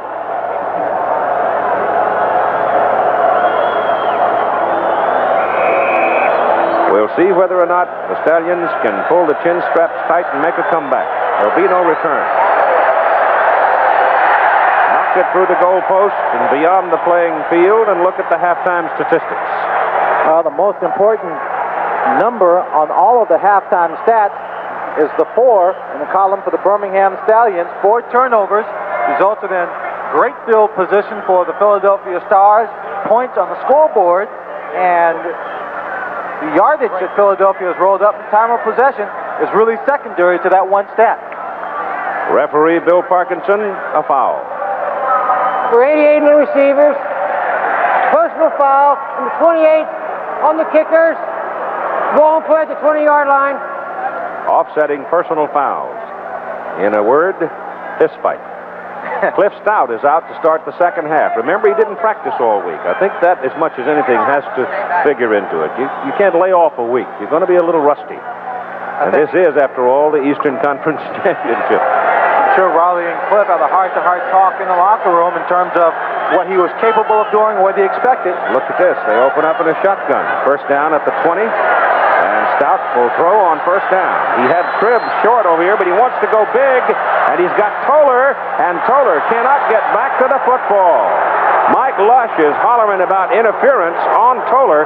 Lush had screened him away from the ball, but having to throw it that far into a very brisk wind, the ball had no zing in it at all once it got downfield. No, it's a good effort to get the ball that far downfield. What sets it up Watch how many different ways Cliff Stout looks. First, he's looking over to his left, then all the way to his right, and then down the center of the field. He looked at defensive coverage everywhere, but downfield to Toller. And Mike Lush. I think Mike had a case. Well, Mike went back to make sure that he was in position. Back in to Toller. Yeah. Hey, official.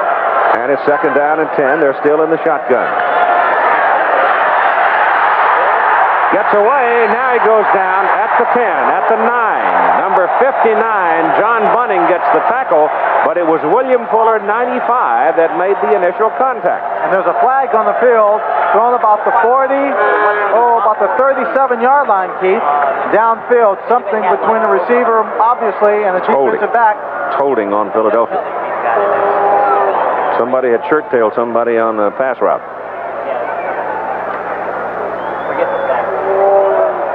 There's the call.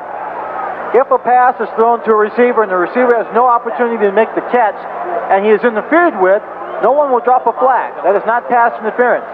But even though the pass... Holding number 43, the defense, that's a first down.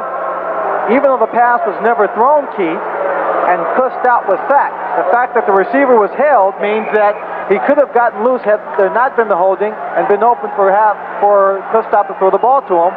The penalty carries with it an automatic first down. So it's 1st and 5. No, 1st and 10. Should be first and 10. Stout back. Throws it away.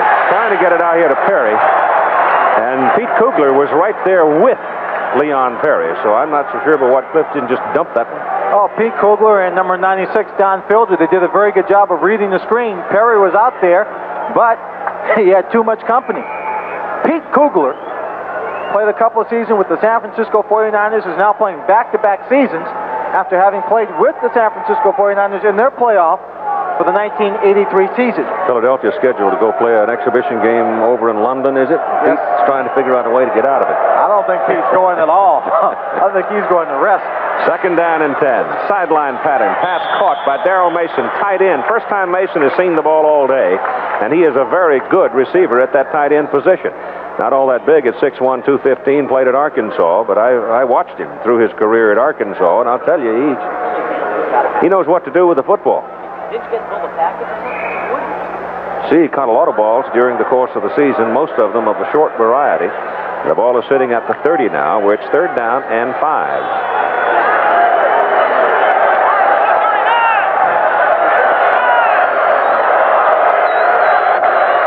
On the 3rd down play, they give up on the shotgun now and line up Cribbs as an I-back. Stout, however, is going to throw. He's got Cribbs available, hits him, got the first down. Joe got in the middle, just kind of laid away on it, sort of hid out there in the middle and suddenly zinged him with the ball, and away he flew.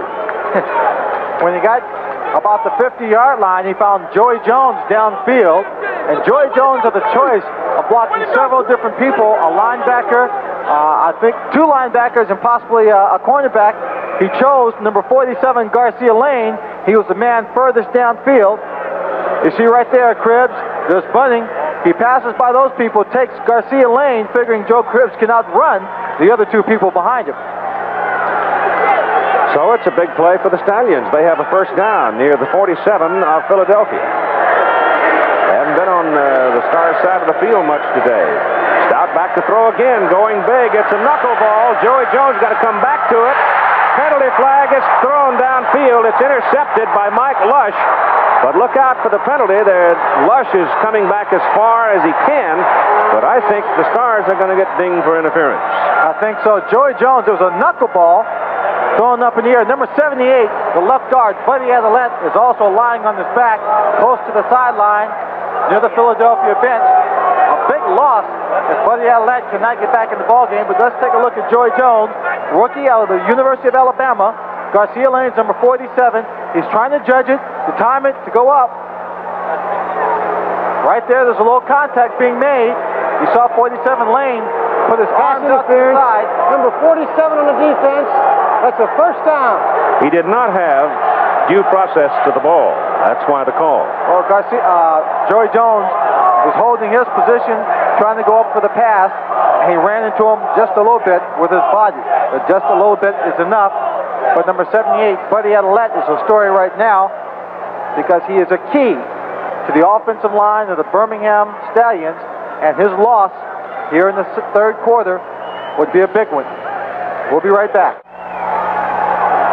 That's Raleigh Dotch walking off the field. He was headed across the field just to check on Buddy Adelette, his left guard. He's holding his right arm. If that means an arm injury or not. That's what they're holding. 6'4", 265, big guy in that offensive front. Two-year veteran from the Green Bay Packers, University of Alabama. Well, I had him looking for him for a while, still. The Stallions are on the Philadelphia Stars 32 now after the interference call. It's a 15-yard penalty, not at the point of the foul. On first down, Stout back, still throwing. Quick one for Jim Smith, and there's coverage on him by Jonathan Sutton. Philadelphia in the secondary, barring the pass interference calls, have been doing a very good job covering the receivers. Jim Smith, the 5th leading receiver in the USFL this year. Very good year, his average among the highest. And that's Buddy Adelette. Injury, shoulder or arm. Can't tell which yet. Second down 10. Philadelphia 32. Now Kugler flexes out of there. At the nose guard position, drops back, give it to Joe Cribbs, and Cribbs is brought down by Cooper and Mills at the 25 of Philadelphia. 7 yards on that play. Looks like they're letting Pete Kugler read a little bit more before he engages anyone on the offensive line. We're told it's a jammed right shoulder for Adelette, so we don't know whether or not he'll be able to return anymore in this ball game. We're in the third quarter of play. Birmingham, scoreless, trying to find something here, working into the wind. Philadelphia leading 20-0. Cribbs, sweep right. Sticks his head as far downfield as he can, and they've marked him close to a first down. Joe Cribbs, slicing, running back out of Auburn. And on that play and the play just before it, he just slides through that offensive line, taking the smallest of holes, and then once he sees an opening, more room, he just turns on the speed, picks up the yards, running away from linebackers and defensive ends. 69. Looks like a first down. Now that dive was good enough for first down. Keeps their opening drive alive. Very important. 12:35 on the clock. Birmingham needs points. They can get it in the end zone here. They're in the ball game. Well, this is the beginning of the third period of play. They can still execute their game plan, move the ball down the field consistently. They've only used up 2.5 minutes in the ball game thus far. Get points on the scoreboard without panicking and trying to rush their game.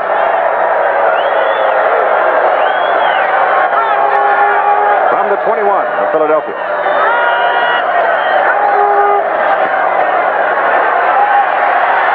To the corner for Jones, too high. Jones was blanketed by Jonathan Sutton that time. It's a bit of a mismatch, too, in Sutton's favor, because Jonathan is 6'1", 195, and Joey stands only 5'8", 160. And I've never seen Joey Jones jump that high before. But nonetheless, he runs a route. He is covered. I just feel that Cliff Stout felt he was running out of time and sailed that one out of bounds so he wouldn't get hit for the loss. Jones leaves now. Toller comes in. He's 6'2", 190. Smith, the other wide receiver. They split Perry and Cribbs. Stout gets it away, end zone, and incomplete. Smith almost made a miraculous play, but they're going to call Stout in the grasp of Antonio Gibson and Glenn Howard, and there will be a loss and a sack back to about the 28. The play by the defensive team, the play by the Philadelphia Stars, Antonio Gibson coming in on the blitz, could not have had more perfect timing in its execution. He was coming in, you see him at the top of the picture, just as he started to edge up towards the line of scrimmage, the ball was snapped. In essence, he had a running start on Cliff Stout. He came around all the offensive blocking and protection, was able to get his hands on Cliff Stout, and then I think it was Kugler who came in underneath, grabbing him around the ankles. From the 27-28, make it about 16. Third down at about 16. And they've run out of time. They'll get dinged 5 yards for taking too much time. The more I watch football games, Keith, and it's something I didn't really think about too much as a player. I spent all my time just thinking about how to catch passes and just gain the yards no matter what the situation, is that the penalties for great distance, the holding or unnecessary roughness, aren't necessarily the worst penalties of the game. No.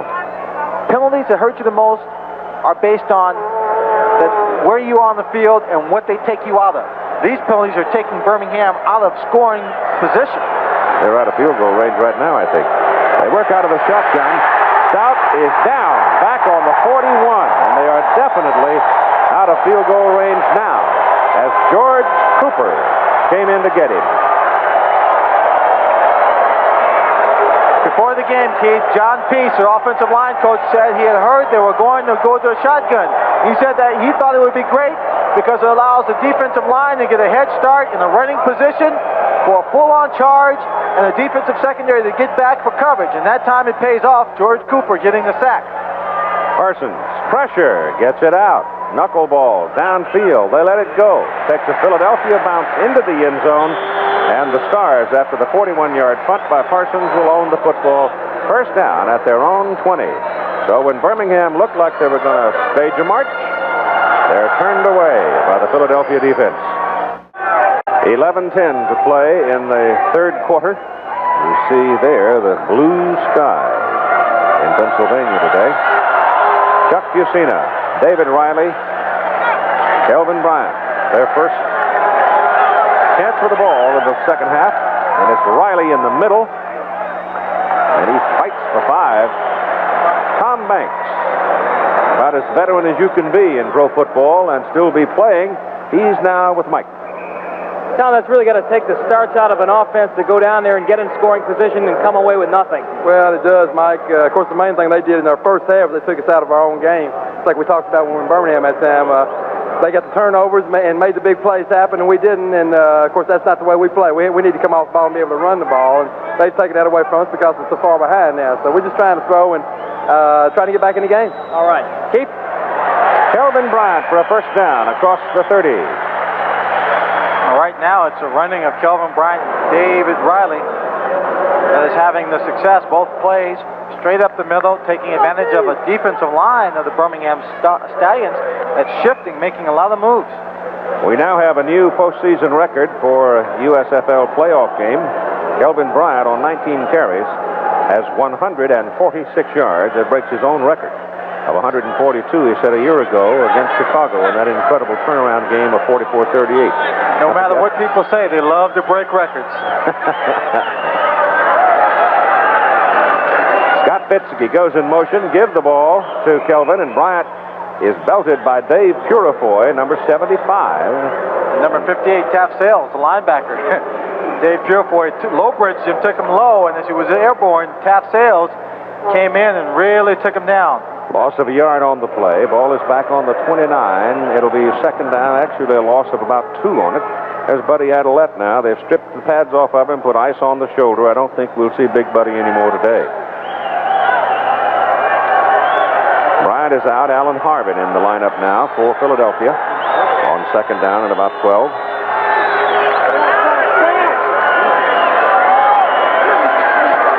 Fusina looking to throw. Gets it off. Incomplete, broken up by Robert Gentry. The pass intended for the tight end, and the first time today that Ken Dunnick has seen the football. He saw it, but he didn't get a chance to do much to it. Chuck Fusina enjoying very good pass protection here. You see number 52, Bill Rowe, coming in on the blitz. He gets it away. He just can't get it over the head on the outstretched arms of Robert Gentry. You might add there was no one behind Dunnick, however. Well, had Dunnick caught it, he's not the fastest man in the world, but he was so wide open, no one would catch him. 9:03 remaining in the third quarter. 20-0 Stars lead. And they've got 3 wide people on 3rd and long. Bucina's pass is good to Scott Fitzke, but it is short of the first down by a couple of yards. So that'll bring in the kicking team for Philadelphia, with the ball sitting at the Stars' 38. And of course, the punting team for Philadelphia won't take a huddle. They'll just run onto the field, line up, try and get the ball away as quickly as possible. Joey Jones goes deep in the absence of Ron Frederick. Frederick suffering an ankle sprain. And the kick is out of there by Landetta. Runs Jones back to his 12. And he is caught and brought down by Herbert Harris. Got a piece of the foot, but it was just enough. Herbert Harris, one of the wide receivers for the Philadelphia Stars, also takes some responsibility on punt coverage, gets downfield using his speed. 50-yard punt by Landetta. Once again, Birmingham, poor field position, their own 15. Tom Banks snaps it, Stout, quarterback. Cribb, high back. Play action. Stout runs it, and you heard it. A whack by Garcia Lane. Lane not all that big, 5'9", 175, but Stout was sort of ambling around the corner. Lane was coming like a bullet. Well, when Stout got to the corner, he looked downfield, saw a blocker there, and suddenly saw a hole that he thought he could make it to. So instead of stepping out of bounds, he turned it upfield, trying to get to that hole and a lot of yardage. But Garcia Lane was right there to put an end to that dream. 2nd down and long 6 now. Ball near the 19. Cribb dives for the marker. He's close to it, but it looks like the linesman has marked him. Well, I don't know. He might have a first down. He'll be close. Official is saying, yes, it is a first down. Now, with field position not being the greatest for the Birmingham Stallions, they can accumulate a lot of yards, Keith, moving the ball downfield as they did on their last possession and come away empty-handed. The important thing for them is to get downfield, get some points. In a hurry. Yeah. Not running off 5, 6, 7 minutes on the clock.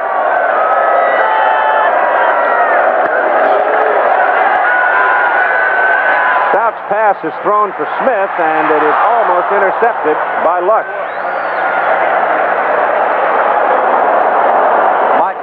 Mike Lush came over from his safety position. Jim Smith, play action pass. There we see that little hook move again. Then he takes off downfield. Jonathan Sutton played it very well, has a cushion. The ball thrown well inside of Jim Smith. Mike Lush coming over, making the play on the ball. Stout is now 4 out of 14 for 53 yards, and they picked him off twice. Scott Werner now in as the nickelback for the Stars. Werner comes up to the line of scrimmage showing blitz, but then drops off in the short zone. Stout pulls it down. He had no place to go with it. Runs it out to about the 31, and it'll bring up 3rd down. Well, he dropped back, looked at a lot of room. He's holding his arm, Keith. I think what he's done is re-injured that shoulder, as I said in the first half. If he were to run with the football and someone came up and took a good look at that shoulder, he might be out for the ball game. Number 91, I think it was Buddy Moore, was the man who took the hit, or it could have been William Fuller, number 95. Right there, he goes. He just fell on it. He's tripped up. He just falls on it right there. Bobby Lane. So Stout has to leave, and Lane inherits the problem on 3rd down and 6 out of the shotgun. Drifting around, little shovel pass to Joe Cribbs, and Joe will have the first down. That's the 2nd time they've used the Utah pass. It's worked extremely well for them. You know, we're sitting here looking at the Birmingham Stallions run their offense. Raleigh Dodge was the offensive line coach in Pittsburgh for a number of years, and everything just about that you see there, you know, we used a lot of in Pittsburgh, except for that one play. I don't think. There's the time left in the third. 20-0 Philadelphia. First down Birmingham, their own 39-yard line. Pass is underthrown to Joe Cribbs by Bob Lane. Lane had to come in relief of the injured Stout, had no chance to warm up. So it's the second time in the game that Bobby's had to come in cold. He said as much when you take a look at Cliff Stout there on the bench. He said as much to Mike Adamley when he came into the ball game. He didn't have a chance to warm up. I don't think he anticipated coming in so quickly in the third period. So the ball just short of the 40, and it's second down and 10 for the Stallions. Gant is in the backfield now for Birmingham, replacing Cribbs. Cooper picked up on the blitz. The pass is away, and the pass is incomplete, intended for Leon Perry. Coverage that time was by Sam Mills, and I think Sam thought he had one. Two things, Keith. When you bring in a new quarterback in the game, he can do something very positive for his ball club. He can change the flow of the game just enough to right this team, get them going, and do something different that the defense does not pick up on. The second thing is, a defensive team that's well coached and executes very good can come in and blitz a lot to take away his time to get him rattled. We know Philadelphia is a strong blitzing football team, and they've done that so far. Cooper was coming that time, but they picked him up pretty well. Out of the shotgun on 3rd and 10 for Bob Lane. The pass down the middle, no, over everybody. Smith was the only Stallion in the neighborhood. Pete Kugler was right in the face of the quarterback lane. So the Philadelphia defensive unit has done its job again. Raleigh Dodge now talking to his offensive people. It may be about lecture time on the sideline. Bob Parsons has kicked 41, 42, and 41. This was the fourth, and Garcia Lane, who's dangerous, is the return man. It's going into the wind, so if he doesn't get some rotation on it, wind's going to kill it.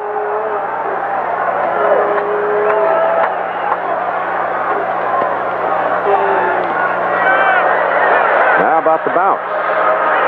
Right into Lane's hand, and caught from behind. So pretty good play downfield by Herb Spencer, a linebacker, working on the special teams. Philadelphia gets the football back.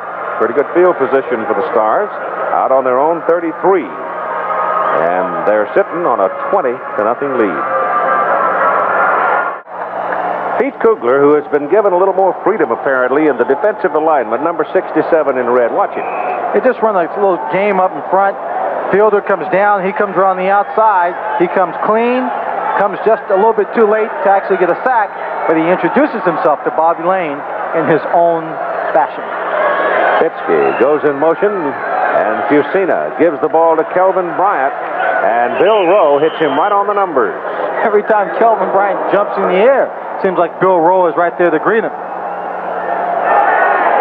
I wonder if any of those fans have their airline tickets and game tickets for the championship down in Tampa. I don't know, but you know what? It's getting down to the point now with the Stars. It's kind of like leading a race by a lap and a half. You start hearing funny sounds. You want to just run out the clock. You want to sit on the ball, but you don't want to make a mistake. You got to be careful not get too cautious.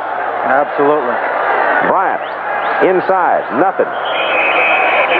Rowe and Jackie Klein team up to do it.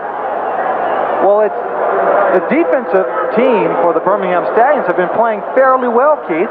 They've let Philadelphia get some big plays, but they've come on and stopped some key drives of the Philadelphia Stars. They're out to a 20-point lead. It's the offense that's just been so totally unproductive for the Birmingham Stallions. But is this something to think about? First quarter, Bryant got 46. Second quarter, he got 96. In the third quarter, 0. So to show you the defense is doing its job, they made some adjustments. 3:15 to play, third quarter. Fusina back to the sideline. Pass incomplete, intended for Scott Fitzke. Gentry over, picked it off out of bounds. He picked it off, but he only had 1 foot in bounds, and if he had any notions about that 2-foot rule just being for wide receivers, well, that one is also quickly gone. One other small, subtle little thing. A lot of football fields today, the newer ones are flat. Here, you've got a 10-inch crown. Well, when he's running towards the sideline, he can build up a little more speed because he's running downfield. But when you come down, throw it too. Though. That's right. Landetta puts it high for Jones. Looking up into the bright sun. Joey gets away from 1 and 2 and finally out of bounds. Herbert Harris ran him out of bounds. Birmingham gets the football. Pretty good field position after a 43-yard punt. And Cliff Stout looks like he's coming back out the quarterback with 2:55.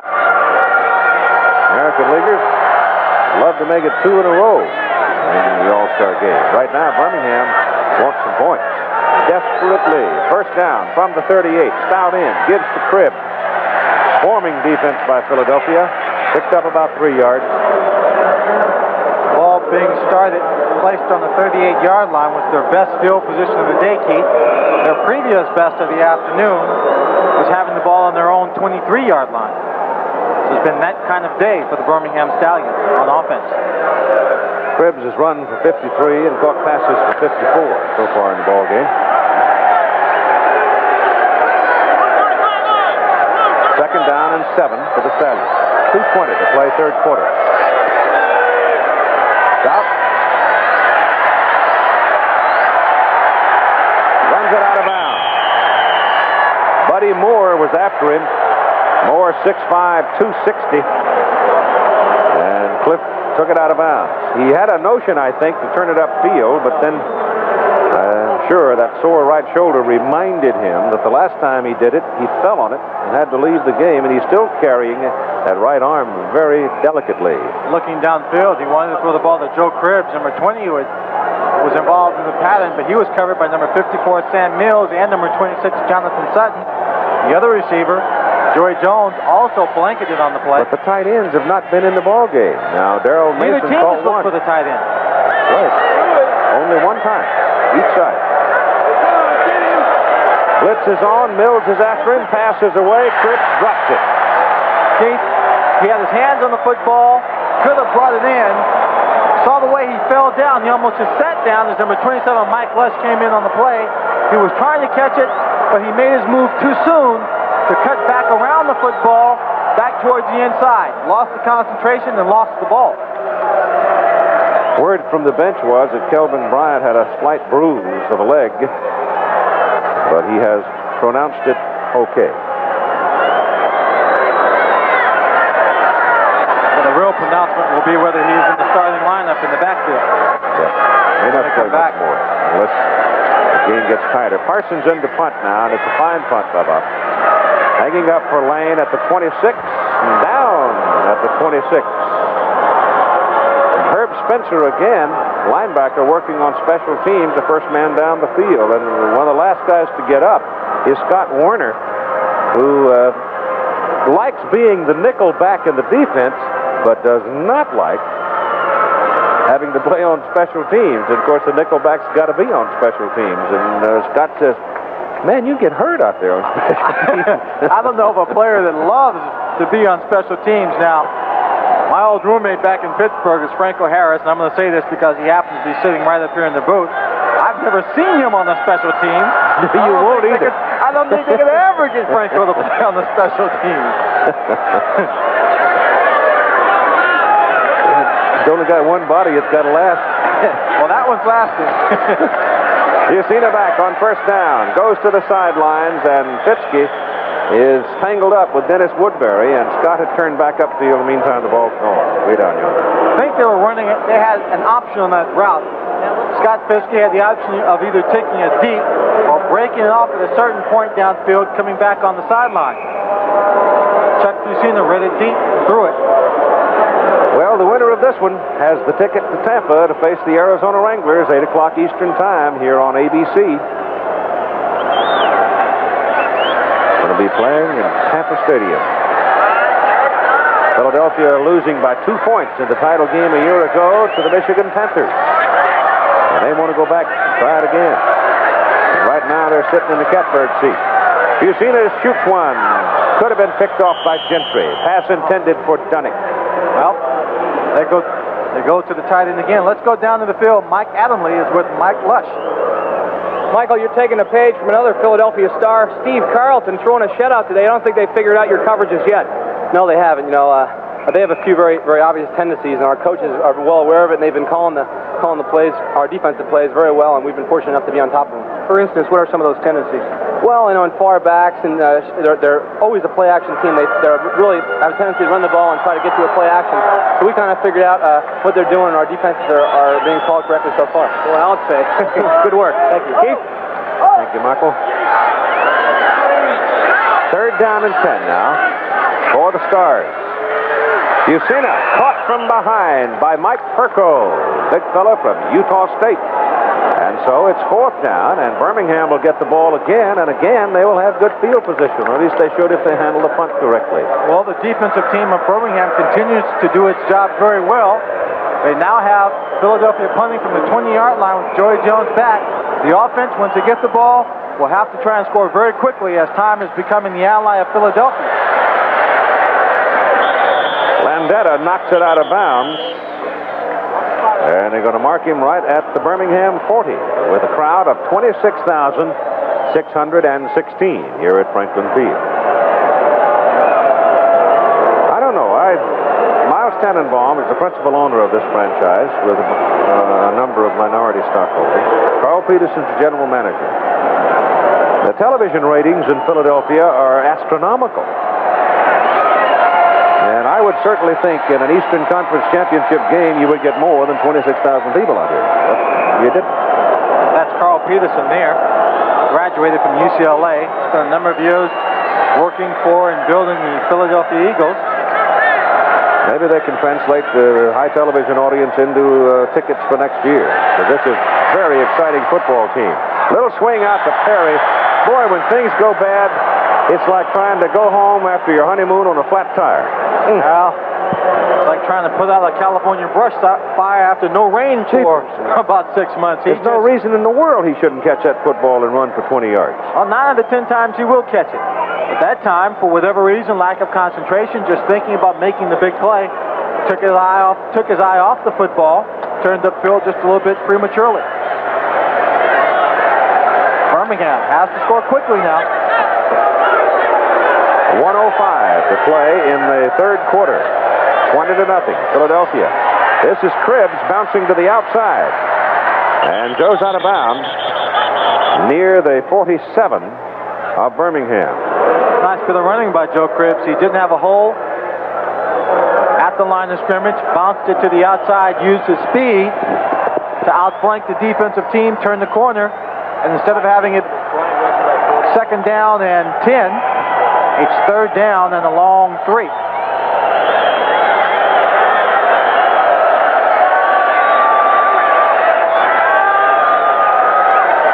They've handled Jim Smith today, too. Jim hasn't caught one yet. That's been effective. On 3rd and 3, pass. This time it is Joe Cribbs making the catch, and he almost dropped that one. Looked like it was loose before he finally controlled it, going out of bounds near the 46 of Philadelphia. It is a first down. Keith, clock is running, though didn't he go out of bounds? I thought he did. Clock is running. Well, even if he fell down, there wasn't, no one was there to touch him.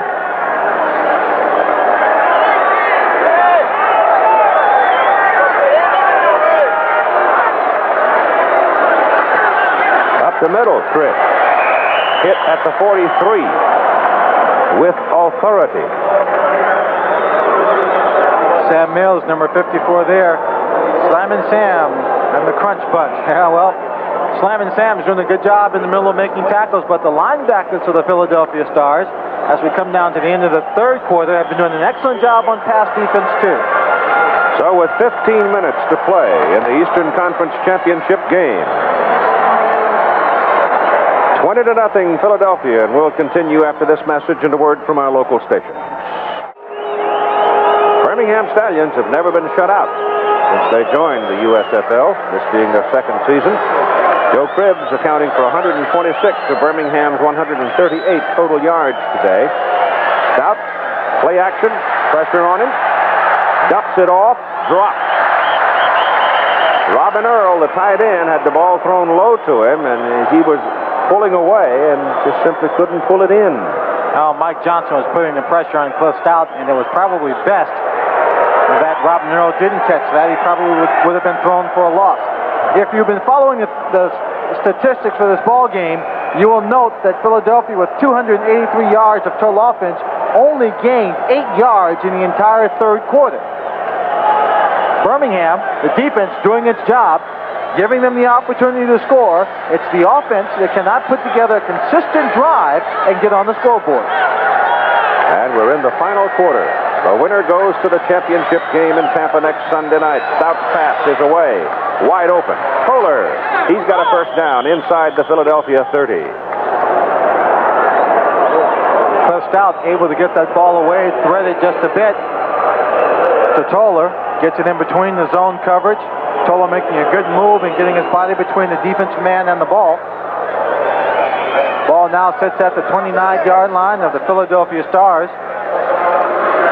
And there is hope again for the offense of Birmingham at this point. Dave Oper, the nose tackle, in relief of Pete Kugler. Cribbs starts left, disappears in the crowd. Gained about a yard. There are only 2 players of the Philadelphia Stars who weren't within 3 yards of the tackle that time, and that was 47 Garcia Lane and number 27 Mike Lush, and they came from the far side of the field. Cornerback, safety. Give him 2 from the 29 to the 27.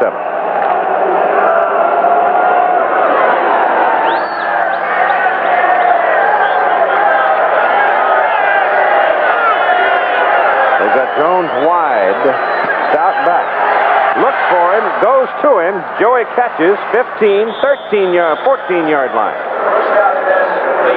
Garcia Lane. Jones is very quick. Cliff Stout hit very hard by number 96, Don Fielder, just as he released that ball. Just barely got it away. Don Fielder, first-year player out of Kentucky. He's number 96. You'll see him at the top of the screen. Loop around, and just as Cliff winds up, he's hit and dragged down. Mark it on the 13, and a first down for Birmingham. Philadelphia's 13. And Cribbs is cut down. Oh my gosh, Pete Kugler almost sawed him in half. Number 58 was also there, George Jameson. You don't see Cribbs stop that suddenly. Well, often. Take a look at Kugler. He's playing right over the center. Tom Banks, he's a nose man. He loops inside, goes between the guard and the center, and he's right there. Just a great job of the defensive line executing the design play. He was slanting to his left, to his right.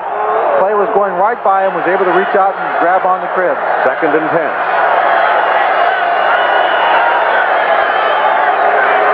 Cribbs gives to Jones as they work for the reverse, and Joey eludes one, but not the second wave, and Sam Mills brought him down. Number 56, George Cooper, was lined back on the outside. He came in, pushed out. The quarterback has to throw one block on that play if there's someone trying to contain. He could not block George Cooper. There's no way they match up anywhere near even. Joey Jones was indecisive about what to do, whether to go around him, lose yards, and use his speed to try and outflank Cooper, or cut up inside. He chose to cut up inside, just gets back to the line of scrimmage. 3rd down.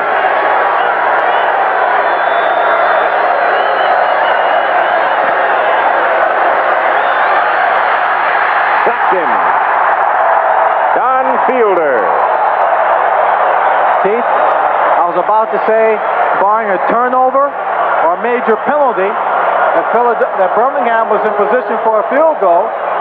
That sack there almost took him out of it. And Miller will now get his first chance to put some points on the scoreboard. Danny Miller. That's the 5th sack of the Birmingham quarterback, totaling 45 yards in the ball game. Bobby Lane is the holder. 39 yards. Field goal try by Miller. He had kicked 5 last week in the first round of the playoffs against Tampa Bay.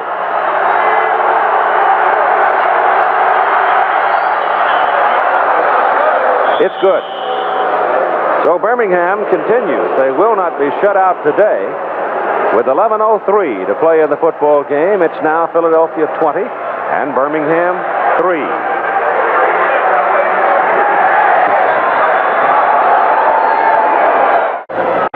Well, we're back at the ball game. As Franco, look right over there, and we'll have everyone take a look at you. A lot of people have been watching these people play. What do you think of the talent of Kelvin Bryant in this ball game? Glenn, I tell you, he's looking super out there. He's had some big plays. Unfortunately, that one play didn't materialize, but it would have been a great play if a Philadelphia ball player would have fell in the end zone. Well, would have fell on the ball in the end zone. When you look at the Birmingham Stallions offensive team, do you see anything you recognize out there? Well, I see a lot of the old Pittsburgh Steelers players.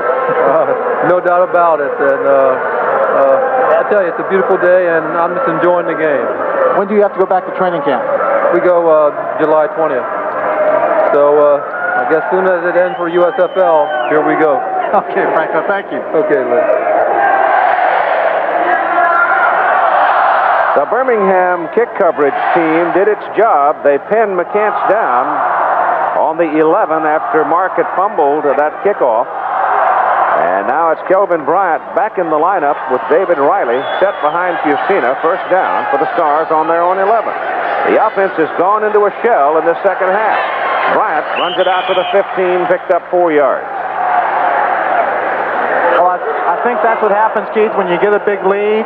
Nothing has changed. The Birmingham Stallions giving opportunities to score, to mount drives in the third period, did not do it. The offense of the Philadelphia Stars relaxing a little bit, not playing with the same level of intensity. Now has their starting people in the ball game. What they want to do is just drive down the field and use up the clock. Kelvin Bryant just came off the field, and he is now limping noticeably. Thomas in replacing him. No, Harvin replacing him. And it's Alan Harvin with the football. To the outside, Harvin goes short of the first down as he's knocked out of bounds up around the 17.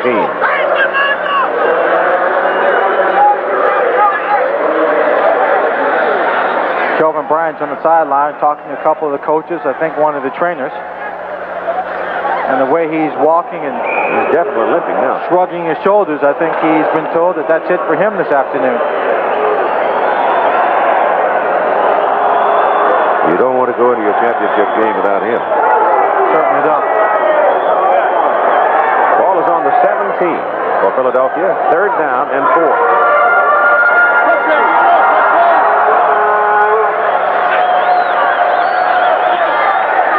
Birmingham's going to have awfully good field position if they don't pick up a first down here. They send Riley in the middle, and Herb Spencer is right there. And they are short of the first down, and now Landetta's got a punt into the wind. Now Joey Jones going back to take the punt. Unless Landetta hits a special kind of a howitzer here, Birmingham's going to be camped around midfield. The conservative play of Philadelphia reminds me of... The kick is away, and it is right at midfield, 49 yards, as a Philadelphia man, Mark McCants, the hot man on the coverage, was downfield. He caught it. There was great pressure on Landetta. Sean went into his full feigning act and didn't get a call. And it's a 30-yard punt and a penalty coming. The conservative, I started to talk about the conservative play of Philadelphia, Keith.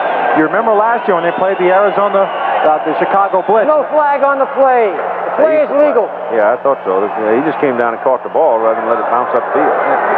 But when they played the Chicago Blitz, Chicago had the lead, got very conservative, and lost that ball game late in the game. Look at Sean Landetta. He gets the ball off. He runs across. He tried, didn't he? He tried. He was like a bowling ball with a mind of its own, looking for something to run into and draw a penalty. 9:17 to play in the football game. Birmingham trails by 17. The Birmingham Stallions, trailing by 17 points, have the football just short of midfield with the wind at their back. And Cliff Stout, playing with a sore shoulder, is in there. Has time to throw, goes deep for Joey Jones. It's a foot race. Jones, the ball is batted away. I don't know if it didn't ricochet off the helmet of Garcia Lane. Yeah, it looked like it ricocheted off either the helmet of Lane or possibly just the shoulders of Joey Jones. We'll take a look. Lane's watching him. He puts his hands up and goes right off his helmet. You know, official just as easily could have thrown a flag right there as Garcia Lane was not looking at the football, raising his hand, space guarding Joey Jones. Second down, 10. Blitz is on. They pick it up. Send Cribbs in the middle, and whacko. He got it just over midfield for a yard. Kelvin Bryant now with Mike Adamley. Kelvin, you lift off the field after that last offensive series. Are you all right? And would the coaching staff elect to hold you out for the rest of the game for next week? Well, I'm all right. I don't think they need to hold me out. You know, I've been having trouble with my toe all year, so I think I can go back in and play. Only 6 yards second half. They're keying on you a little bit more, huh? Yeah, it is, but, you know, we're going to get it going in a minute. Okay. Keith? Toe problem, huh? Hurt toe. Like a dislocation. Kept me out of 2 ball games one year. Painful. Out back, gonna run, flips it outside to Perry. It's legal, it's lateral. Perry rolling, and first down at the Philadelphia 10. Oh, you talk about improvising, making moves on the field. Right there, Cliff Stout using his mobility, using Leon Perry, his fullback. He drops back like it's going to be a pass. I don't know if it's designed or not, but he spots him, makes him stay to the outside, and last minute flips it out to him. Looks like Oklahoma out there running a wishbone or an option. And it's first and goal to go Birmingham on the Philadelphia 10 with 8 minutes and 5 seconds to play. It ain't over till it's over, like Yogi said. Yeah, we all know what he meant. Whether it was...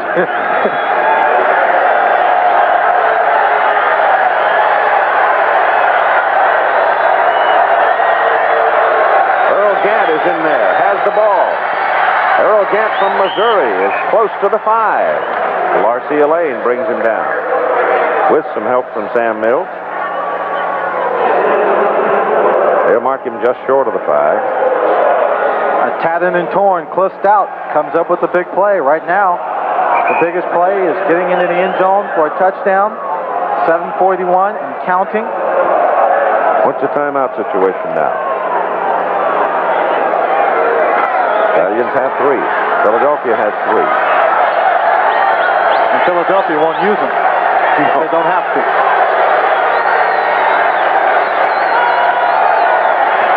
Blitz is on, and it worked. Mike Lush stepped into the gap, blitzed, and guessed right. He got Joe Cribbs' ankle just as he started to turn upfield, and Cribbs is hurt. Look at everybody on the line of scrimmage. The people up front, they're going to engage the offensive linemen, take them on, and someone's got to come through the gap. If they engage them and widen them out a bit, it's Mike Lush shooting through from the safety position to take Joe Cribbs down. And right now, there's an injured ball player still on the field. That's Joe Cribbs. He took him out about knee-high. You hope that it's not a serious knee injury for Joe Cribbs. We'll take another look just to see if we can see where the contact was made. 27 is Lush in the center, bottom of the screen. Kugler in front. He steps in between Kugler and Fielder, shifting, faking, comes back to his right, shoots the gap. There's the hole, and right there he just takes Cribb. He put his helmet on the left quadricep, and that looks like where the bruise is, and Joe Cribbs is going to leave the game.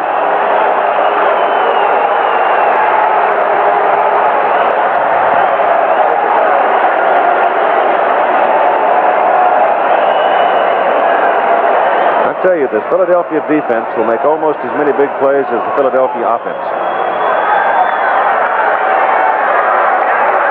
Time now is definitely on the side of Philadelphia, 7:08. Birmingham trying to get in the end zone. They haven't seen the end zone all day. The only thing they've had is a 38-yard field goal by Danny Miller. Really? Last year, the defense of Philadelphia did a lot of bending without breaking. This year, they don't bend as much because Pete Kugler and William Fuller are breaking backs. That's right. And those linebackers are getting better and better. Those Gibson and Lush, they're both in their best positions now. There's a loop for Smith. He's got it. Touchdown, Stallions. He got behind Jonathan Sutton, and Stout looped it over his head, and now Birmingham's got 9 points. When Jim Smith, John Stallworth, and myself were all in Pittsburgh, whenever we had the ball this close to the end zone, it was a fight to run this very play. We all felt no matter when it was run, we could score a touchdown on it. Jim Smith makes a great move to the outside. The geometry of the play is so tough on the defensive back, he just can't really cover it perfectly, especially when Jim Smith takes a short split to give himself some room to run to the outside. Danny Miller is in for the extra point try. If he makes it, or he already holds the USFL record for the number of extra points in a season, this will be number 70 if he hits it, and he does. So you got a 20-10 ball game here in the fourth quarter with 6 minutes and 45 seconds to play in the ball game. And the winner of this game plays for the championship next Sunday night against Arizona.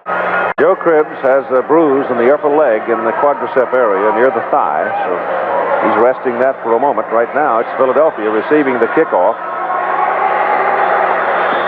And one of the officials has stopped it. And is he going to charge Philadelphia with a timeout? I don't know for what reason.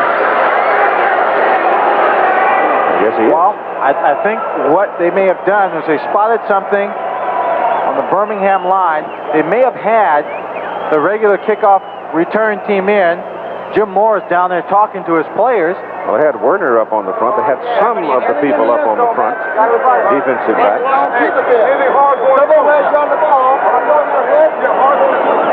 With 6:45 to play, do you read onside kick this early, or do you go ahead and go for it? Well, 10 points behind. If the defense, which has been playing very well in the second half, continues to play as well, I think you kick off, try and hope that they can stop them on 3 plays and get the ball deep in the end zone about the 20-yard line.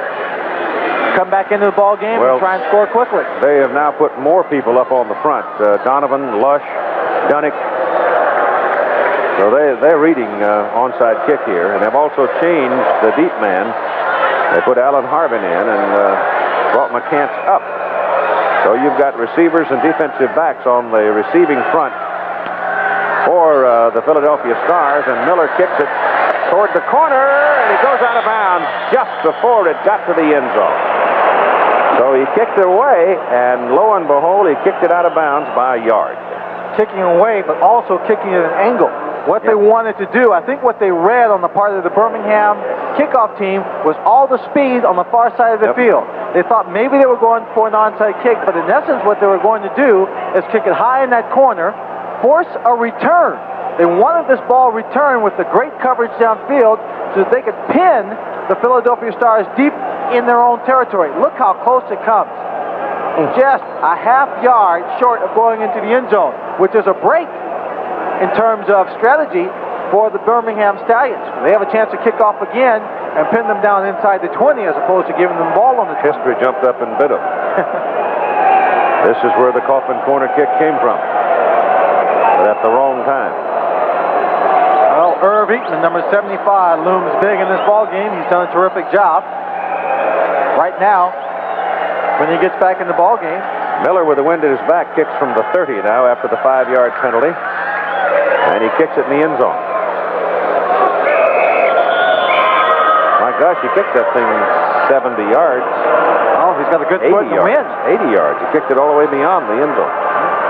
The wind at his back, a good foot. I don't think he had any doubts that he could kick it out of the end zone. What they wanted to do was keep it inside the 20.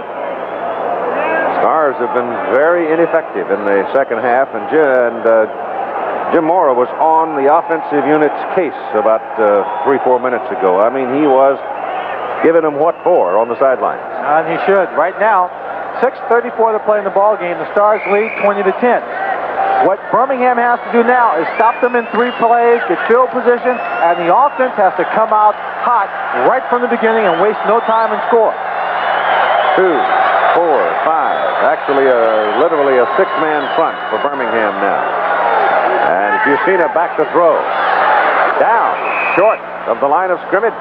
They get him at about the 18. And it's Joe Cugliari. Indiana University in Pittsburgh. came to the Pittsburgh Steelers, played on the team, was on injury reserve for a year or so. Philadelphia Stars had that terribly dramatic comeback victory over Chicago a year ago in a playoff game. Now Birmingham's trying to effect the same kind of a thing against Philadelphia. It's second down and 12 from the 18. Bryant outside, slowed down, caught, dropped on the 19. Bill Rowe, number 52. In effect, with one wide receiver in the ball game for the Philadelphia Stars, Birmingham has loaded up the big people on the front to put pressure on the passing game should they try and pass, but also get people into the backfield very quickly to stop the running game, shutting everything down at the line of scrimmage. Birmingham playing a man-to-man coverage, but with only one receiver, Chuck Fusina could not take advantage of it. Call it third down and 10. They almost have to throw, don't they? Yep. Think you're going to get man-to-man coverage and some kind of blitz. Passes away. Collier is there. First down. Philadelphia, that's the 31. A big mistake by Robert Gentry. Big mistake. We heard Bill Rowe in the second half in that interview with Mike Adamle talk about bringing the defensive people up tighter in man-to-man coverage while the defensive team blitzed. Gentry just gave Willie Collier too much room. He makes a little move, spins back to the outside. He gets just enough for the first down, and precious moments on the clock continue to tick off, and the way for many kind of comeback hopes for the Birmingham Stallions. Well, they got 4 more snaps, for sure. They're going to force Birmingham now to start spending time out.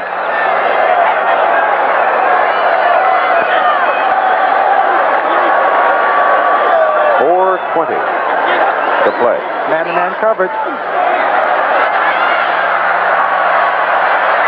Perko gets Kelvin Bryant. Kelvin trying to string it out, but Perko went right with it. Yeah, I'll tell you one thing. Stringing it out, he used up a good 10 seconds on that clock.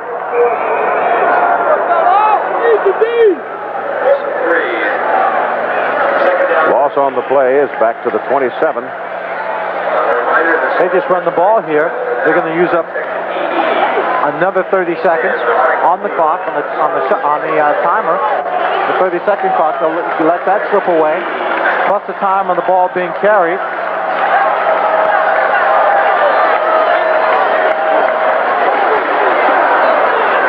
Bryant is held at about the 17, 16. Joe Cugliari again makes the defensive play. So the Philadelphia offense has just been shut down in the second half. Completely. You might see some tempers flare a little bit as they are right now. Kelvin Bryant having a few words on the field with Mike Perko. They're not just going to hit Kelvin Bryant or David Riley or anyone, Alan Harvin, who carries the ball. They're going to hit them, stand them up, and try and strip them of the football, which means that running back may take a few more hits when he feels like, well, I've stopped running, so you stop hitting me. It just won't happen that way at this moment in the ball game. 3:27 with the timeout here. And whose timeout was that? Birmingham? So they have 2 apiece now. 2 remaining.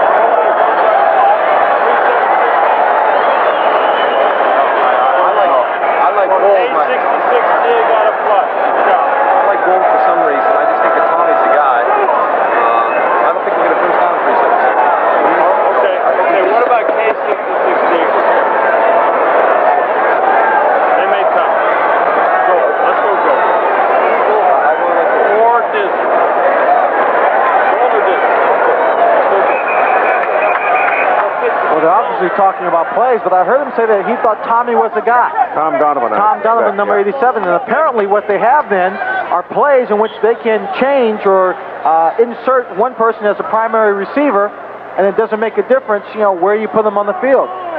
And I think they're anticipating Birmingham to come here with a blitz, probably an all-out effort, which should put Donovan one-on-one. Well, obviously he's thrown the ball well to Scott Fiske throughout the afternoon, a couple of times of late to Willie Collier. Now he figures that Tom Donovan will be the man open on this play. David Evans has got him. Now they switch. They put Gentry on Donovan and put Evans on Fiske. And on third down and 14, Fusina gets it away, and it's knocked down by Gentry. If Donovan had caught it, it's touchdown. There was absolutely nobody between him and the goal line, and he had 2 steps on Gentry, but Roberts made the play. Well, Gentry making the switch on the coverage does the right thing. They're trying to run a pick there. All that congestion was designed so that they would knock the defensive back off. Donovan gets clear, but the ball is just not thrown far enough in front. He could have lofted that pass over Gentry's head, and Donovan would have been gone. Landetta gets it out of there. High hanger for Joey Jones. Better call fair catch. No, Joey backs away from it and lets it go. And it is touched and covered by Philadelphia. Birmingham will have the football. And they're going to get it around the 31 or 2 yard line. A 39-yard punt, but a very high hanger. Right now, Birmingham comes up with Cribbs and Perry behind Cliff Stout. Stout has good protection. Now the pressure develops, and they get him. Don Fielder got him. Don Fielder, the right defensive end, 6'3", 250 pounds, a 24-year-old player out of Kentucky. He was blocked at the line of scrimmage. He just stayed with his pass rush, continued to come, continued to fight, and it paid off. 6 sacks on the Birmingham quarterback today now for 57 minus yards. Whenever you see this happen, you have to know that the secondary is doing a great job of covering receivers so that Cliff Stout has no one he can dump the ball up to. That ball goes all the way back. My goodness. 5, 10, 12 yards. Here's Joe Cribbs going to the outside. Cooper's after him, and Cooper shoves him out of bounds. 2:18 to play in the football game. 20-10. Philadelphia leading. And that quarterback sack and subsequent loss by Stout of about 12 yards. Big. Very big play for the defense of the Philadelphia Stars. Kelvin Bryant, in the second half, carried the ball 8 times, only gained 2 yards to go with his 100-plus first half. Certainly the Birmingham defense is doing a good job and is giving the offense some opportunities. Shotgun for Stout. Runs away to the sidelines, gets the ball upfield, completes to Jim Smith, but short of the first down by 2 yards of the tackle by Garcia Lane.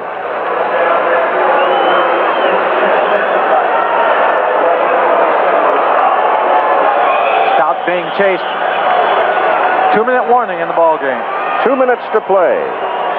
Philadelphia scrapping now to hang on to a 10-point lead over Birmingham and get the trip to the title game for the second successive year. The football is at the 43, just beyond it. Fourth down and 2. And it's, well, it must be about the 7th time in this ball game where Birmingham has had to have a play. And they have not done it consistently. Robin Earl comes in as a tight end. Stout again turns to check with the bench. Cribbs is in. Perry is in. Mason is in. Been a very interesting ball game in that the tight ends have just been utterly ignored. I think they've only been responsible for 1 catch in the entire ball game. Maybe 3 passes have been thrown their way. Mason 1 for 7 yards. As a matter of fact, when Franco Harris was up here in the booth, he tugged me on the shoulder and says, how come the tight ends aren't playing in this game? 4th and 2. Could be it. Cribbs got it at the 46. Now that's one of those plays, either you get the first down or you don't get it and you get a ton, you lose some more yards because Cliff Stout rolling out was under a great deal of pressure. Joe Cribbs was not open for very much, for very long.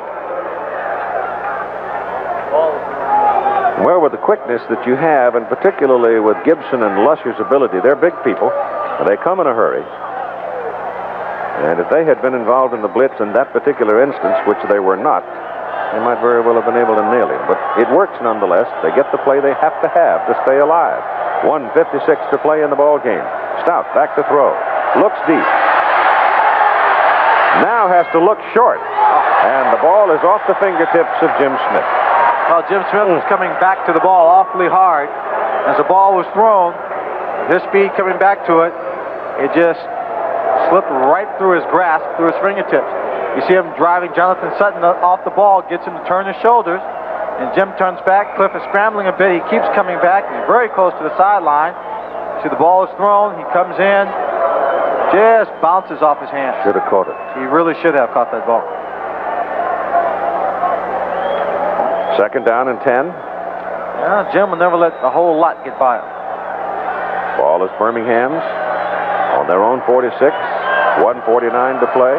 They trail by 10 points. They need a piece of lightning. Stout whips it. Intercepted. Intended for Smith. Intercepted by Jonathan Sutton. And that should do it. A penalty flag, however, back near midfield. So let's see about that.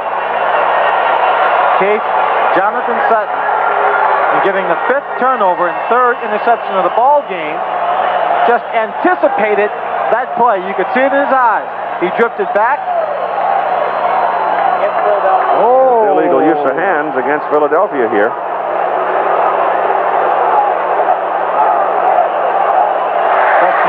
It's after the interception, though. Because they come back to the point of the interception where the play was blown dead and assess the penalty. Jonathan Sutton just picked it off, anticipating that throw. Going to return. Going to return. Illegal block above the waist. Number 97 on the return team. First down. So Philadelphia has the ball at their own 32. Birmingham with 2 timeouts remaining and 1:39 to play in the game. Now watch Sutton. He backs up. He waits. He sees the ball coming in the air. He's got the perfect angle. The ball is thrown. Jim Smith is trying to come back. Realizes that Sutton is going to make the catch. Goes for the tackle. Now the Stallions are really up against it. All Philadelphia's got to do is kill the clock. Well, the Birmingham Stallions have turned it over 5 times today, and that pretty well sums it up. Because Philadelphia cashed in. When they played earlier in the season, one of the big problems you also had there was never having field position in turnovers. It's a repeat performance. They show a 7-man front. Bryant pops through there and runs for 8, close to 9 yards. Well, that's 9 carries and maybe about 11 yards now in the second half. And Alabama, or Birmingham, calls a timeout here. Stopping the clock, they have 1 remaining. 1 timeout remaining for Birmingham. Philadelphia owns the football. Second down and 2 at their own 40. 1:26 to play. A day of aggravation for the silver-haired gentleman across the way, Raleigh Dodge. Oh, so frustrating. And for Joe Cribbs, number 20, it's been a long, tough year for him. Some decisions made, not necessarily the best on the part of himself or his agent. And a struggle. Second and 2. Busina takes the snap. Penalty. That stops the clock. While we look for the penalty, let's go to Jonathan Sutton now with Mike Adamle. Jonathan, you're about to be crowned Eastern Conference championship, the championship team, and you had an interception that you can tell your grandchildren about. You had it all the way, right? Yeah, we were in a man, and they had been looking, trying to get the ball to Smith, and he ran it out and stout through the ball, and I broke on the ball and made an interception. Okay. Bring on Arizona and hello Tampa Bay, huh? That's what I'm talking about. I like to say, hi, Mom and Dad, I love you, and Mama will see you in Tampa Bay. The definitive word. Keith? I wonder if he's going to send the airplane ticket. Yeah, Vince Vaughn wants to know if you're sending you sending them airplane tickets? They'll have some by the time we get there, by the time the game's over. Penalties against Philadelphia moves the ball back to the 35 to make it second down and 7. Procedure call against the Stars. Somebody moving. 1:23 to play in the ball game. 20-10 Stars. It's relatively academic at this point, one would think. But I've seen too many of these. I'm not ready to really close the door yet. This is Bryant, and Kelvin is caught by Cuglieri, 95, in the middle of the line. And they call timeout. Bill Rowe, sitting on the ground in the pile, calls timeout. They spin the last one. So next week in the championship game, every reason to go ahead and say this, that it'll be Arizona and Philadelphia, the Western champions. Arizona beating Los Angeles last night And the Philadelphia Stars about to nail down their second successive Eastern Conference title. We saw a picture of 3 defensive backs earlier. Garcia, Gibson, and Sutton, and the addition of Garcia Lane did a tremendous amount of service for that secondary. It allowed them to put Antonio Gibson back at strong safety where he should be, Mike Lush at free safety, but also when it removed Scott Warner and made him the 5th defensive back, it gave them quality. And there are 5 defensive backs in obvious passing situations. They picked on Garcia Lane this year, and he came up with 5 interceptions and a steady performance. It's 3rd down and 6 for Philadelphia. They're going to have to punt the ball. If they don't pick up a first down, and Fusina on a quarterback draw gets the first down for the Philadelphia Stars. How do you do? Birmingham with no timeouts remaining. Philadelphia now with 4 more snaps. They can run out the clock. Here's the GM, Carl Peterson.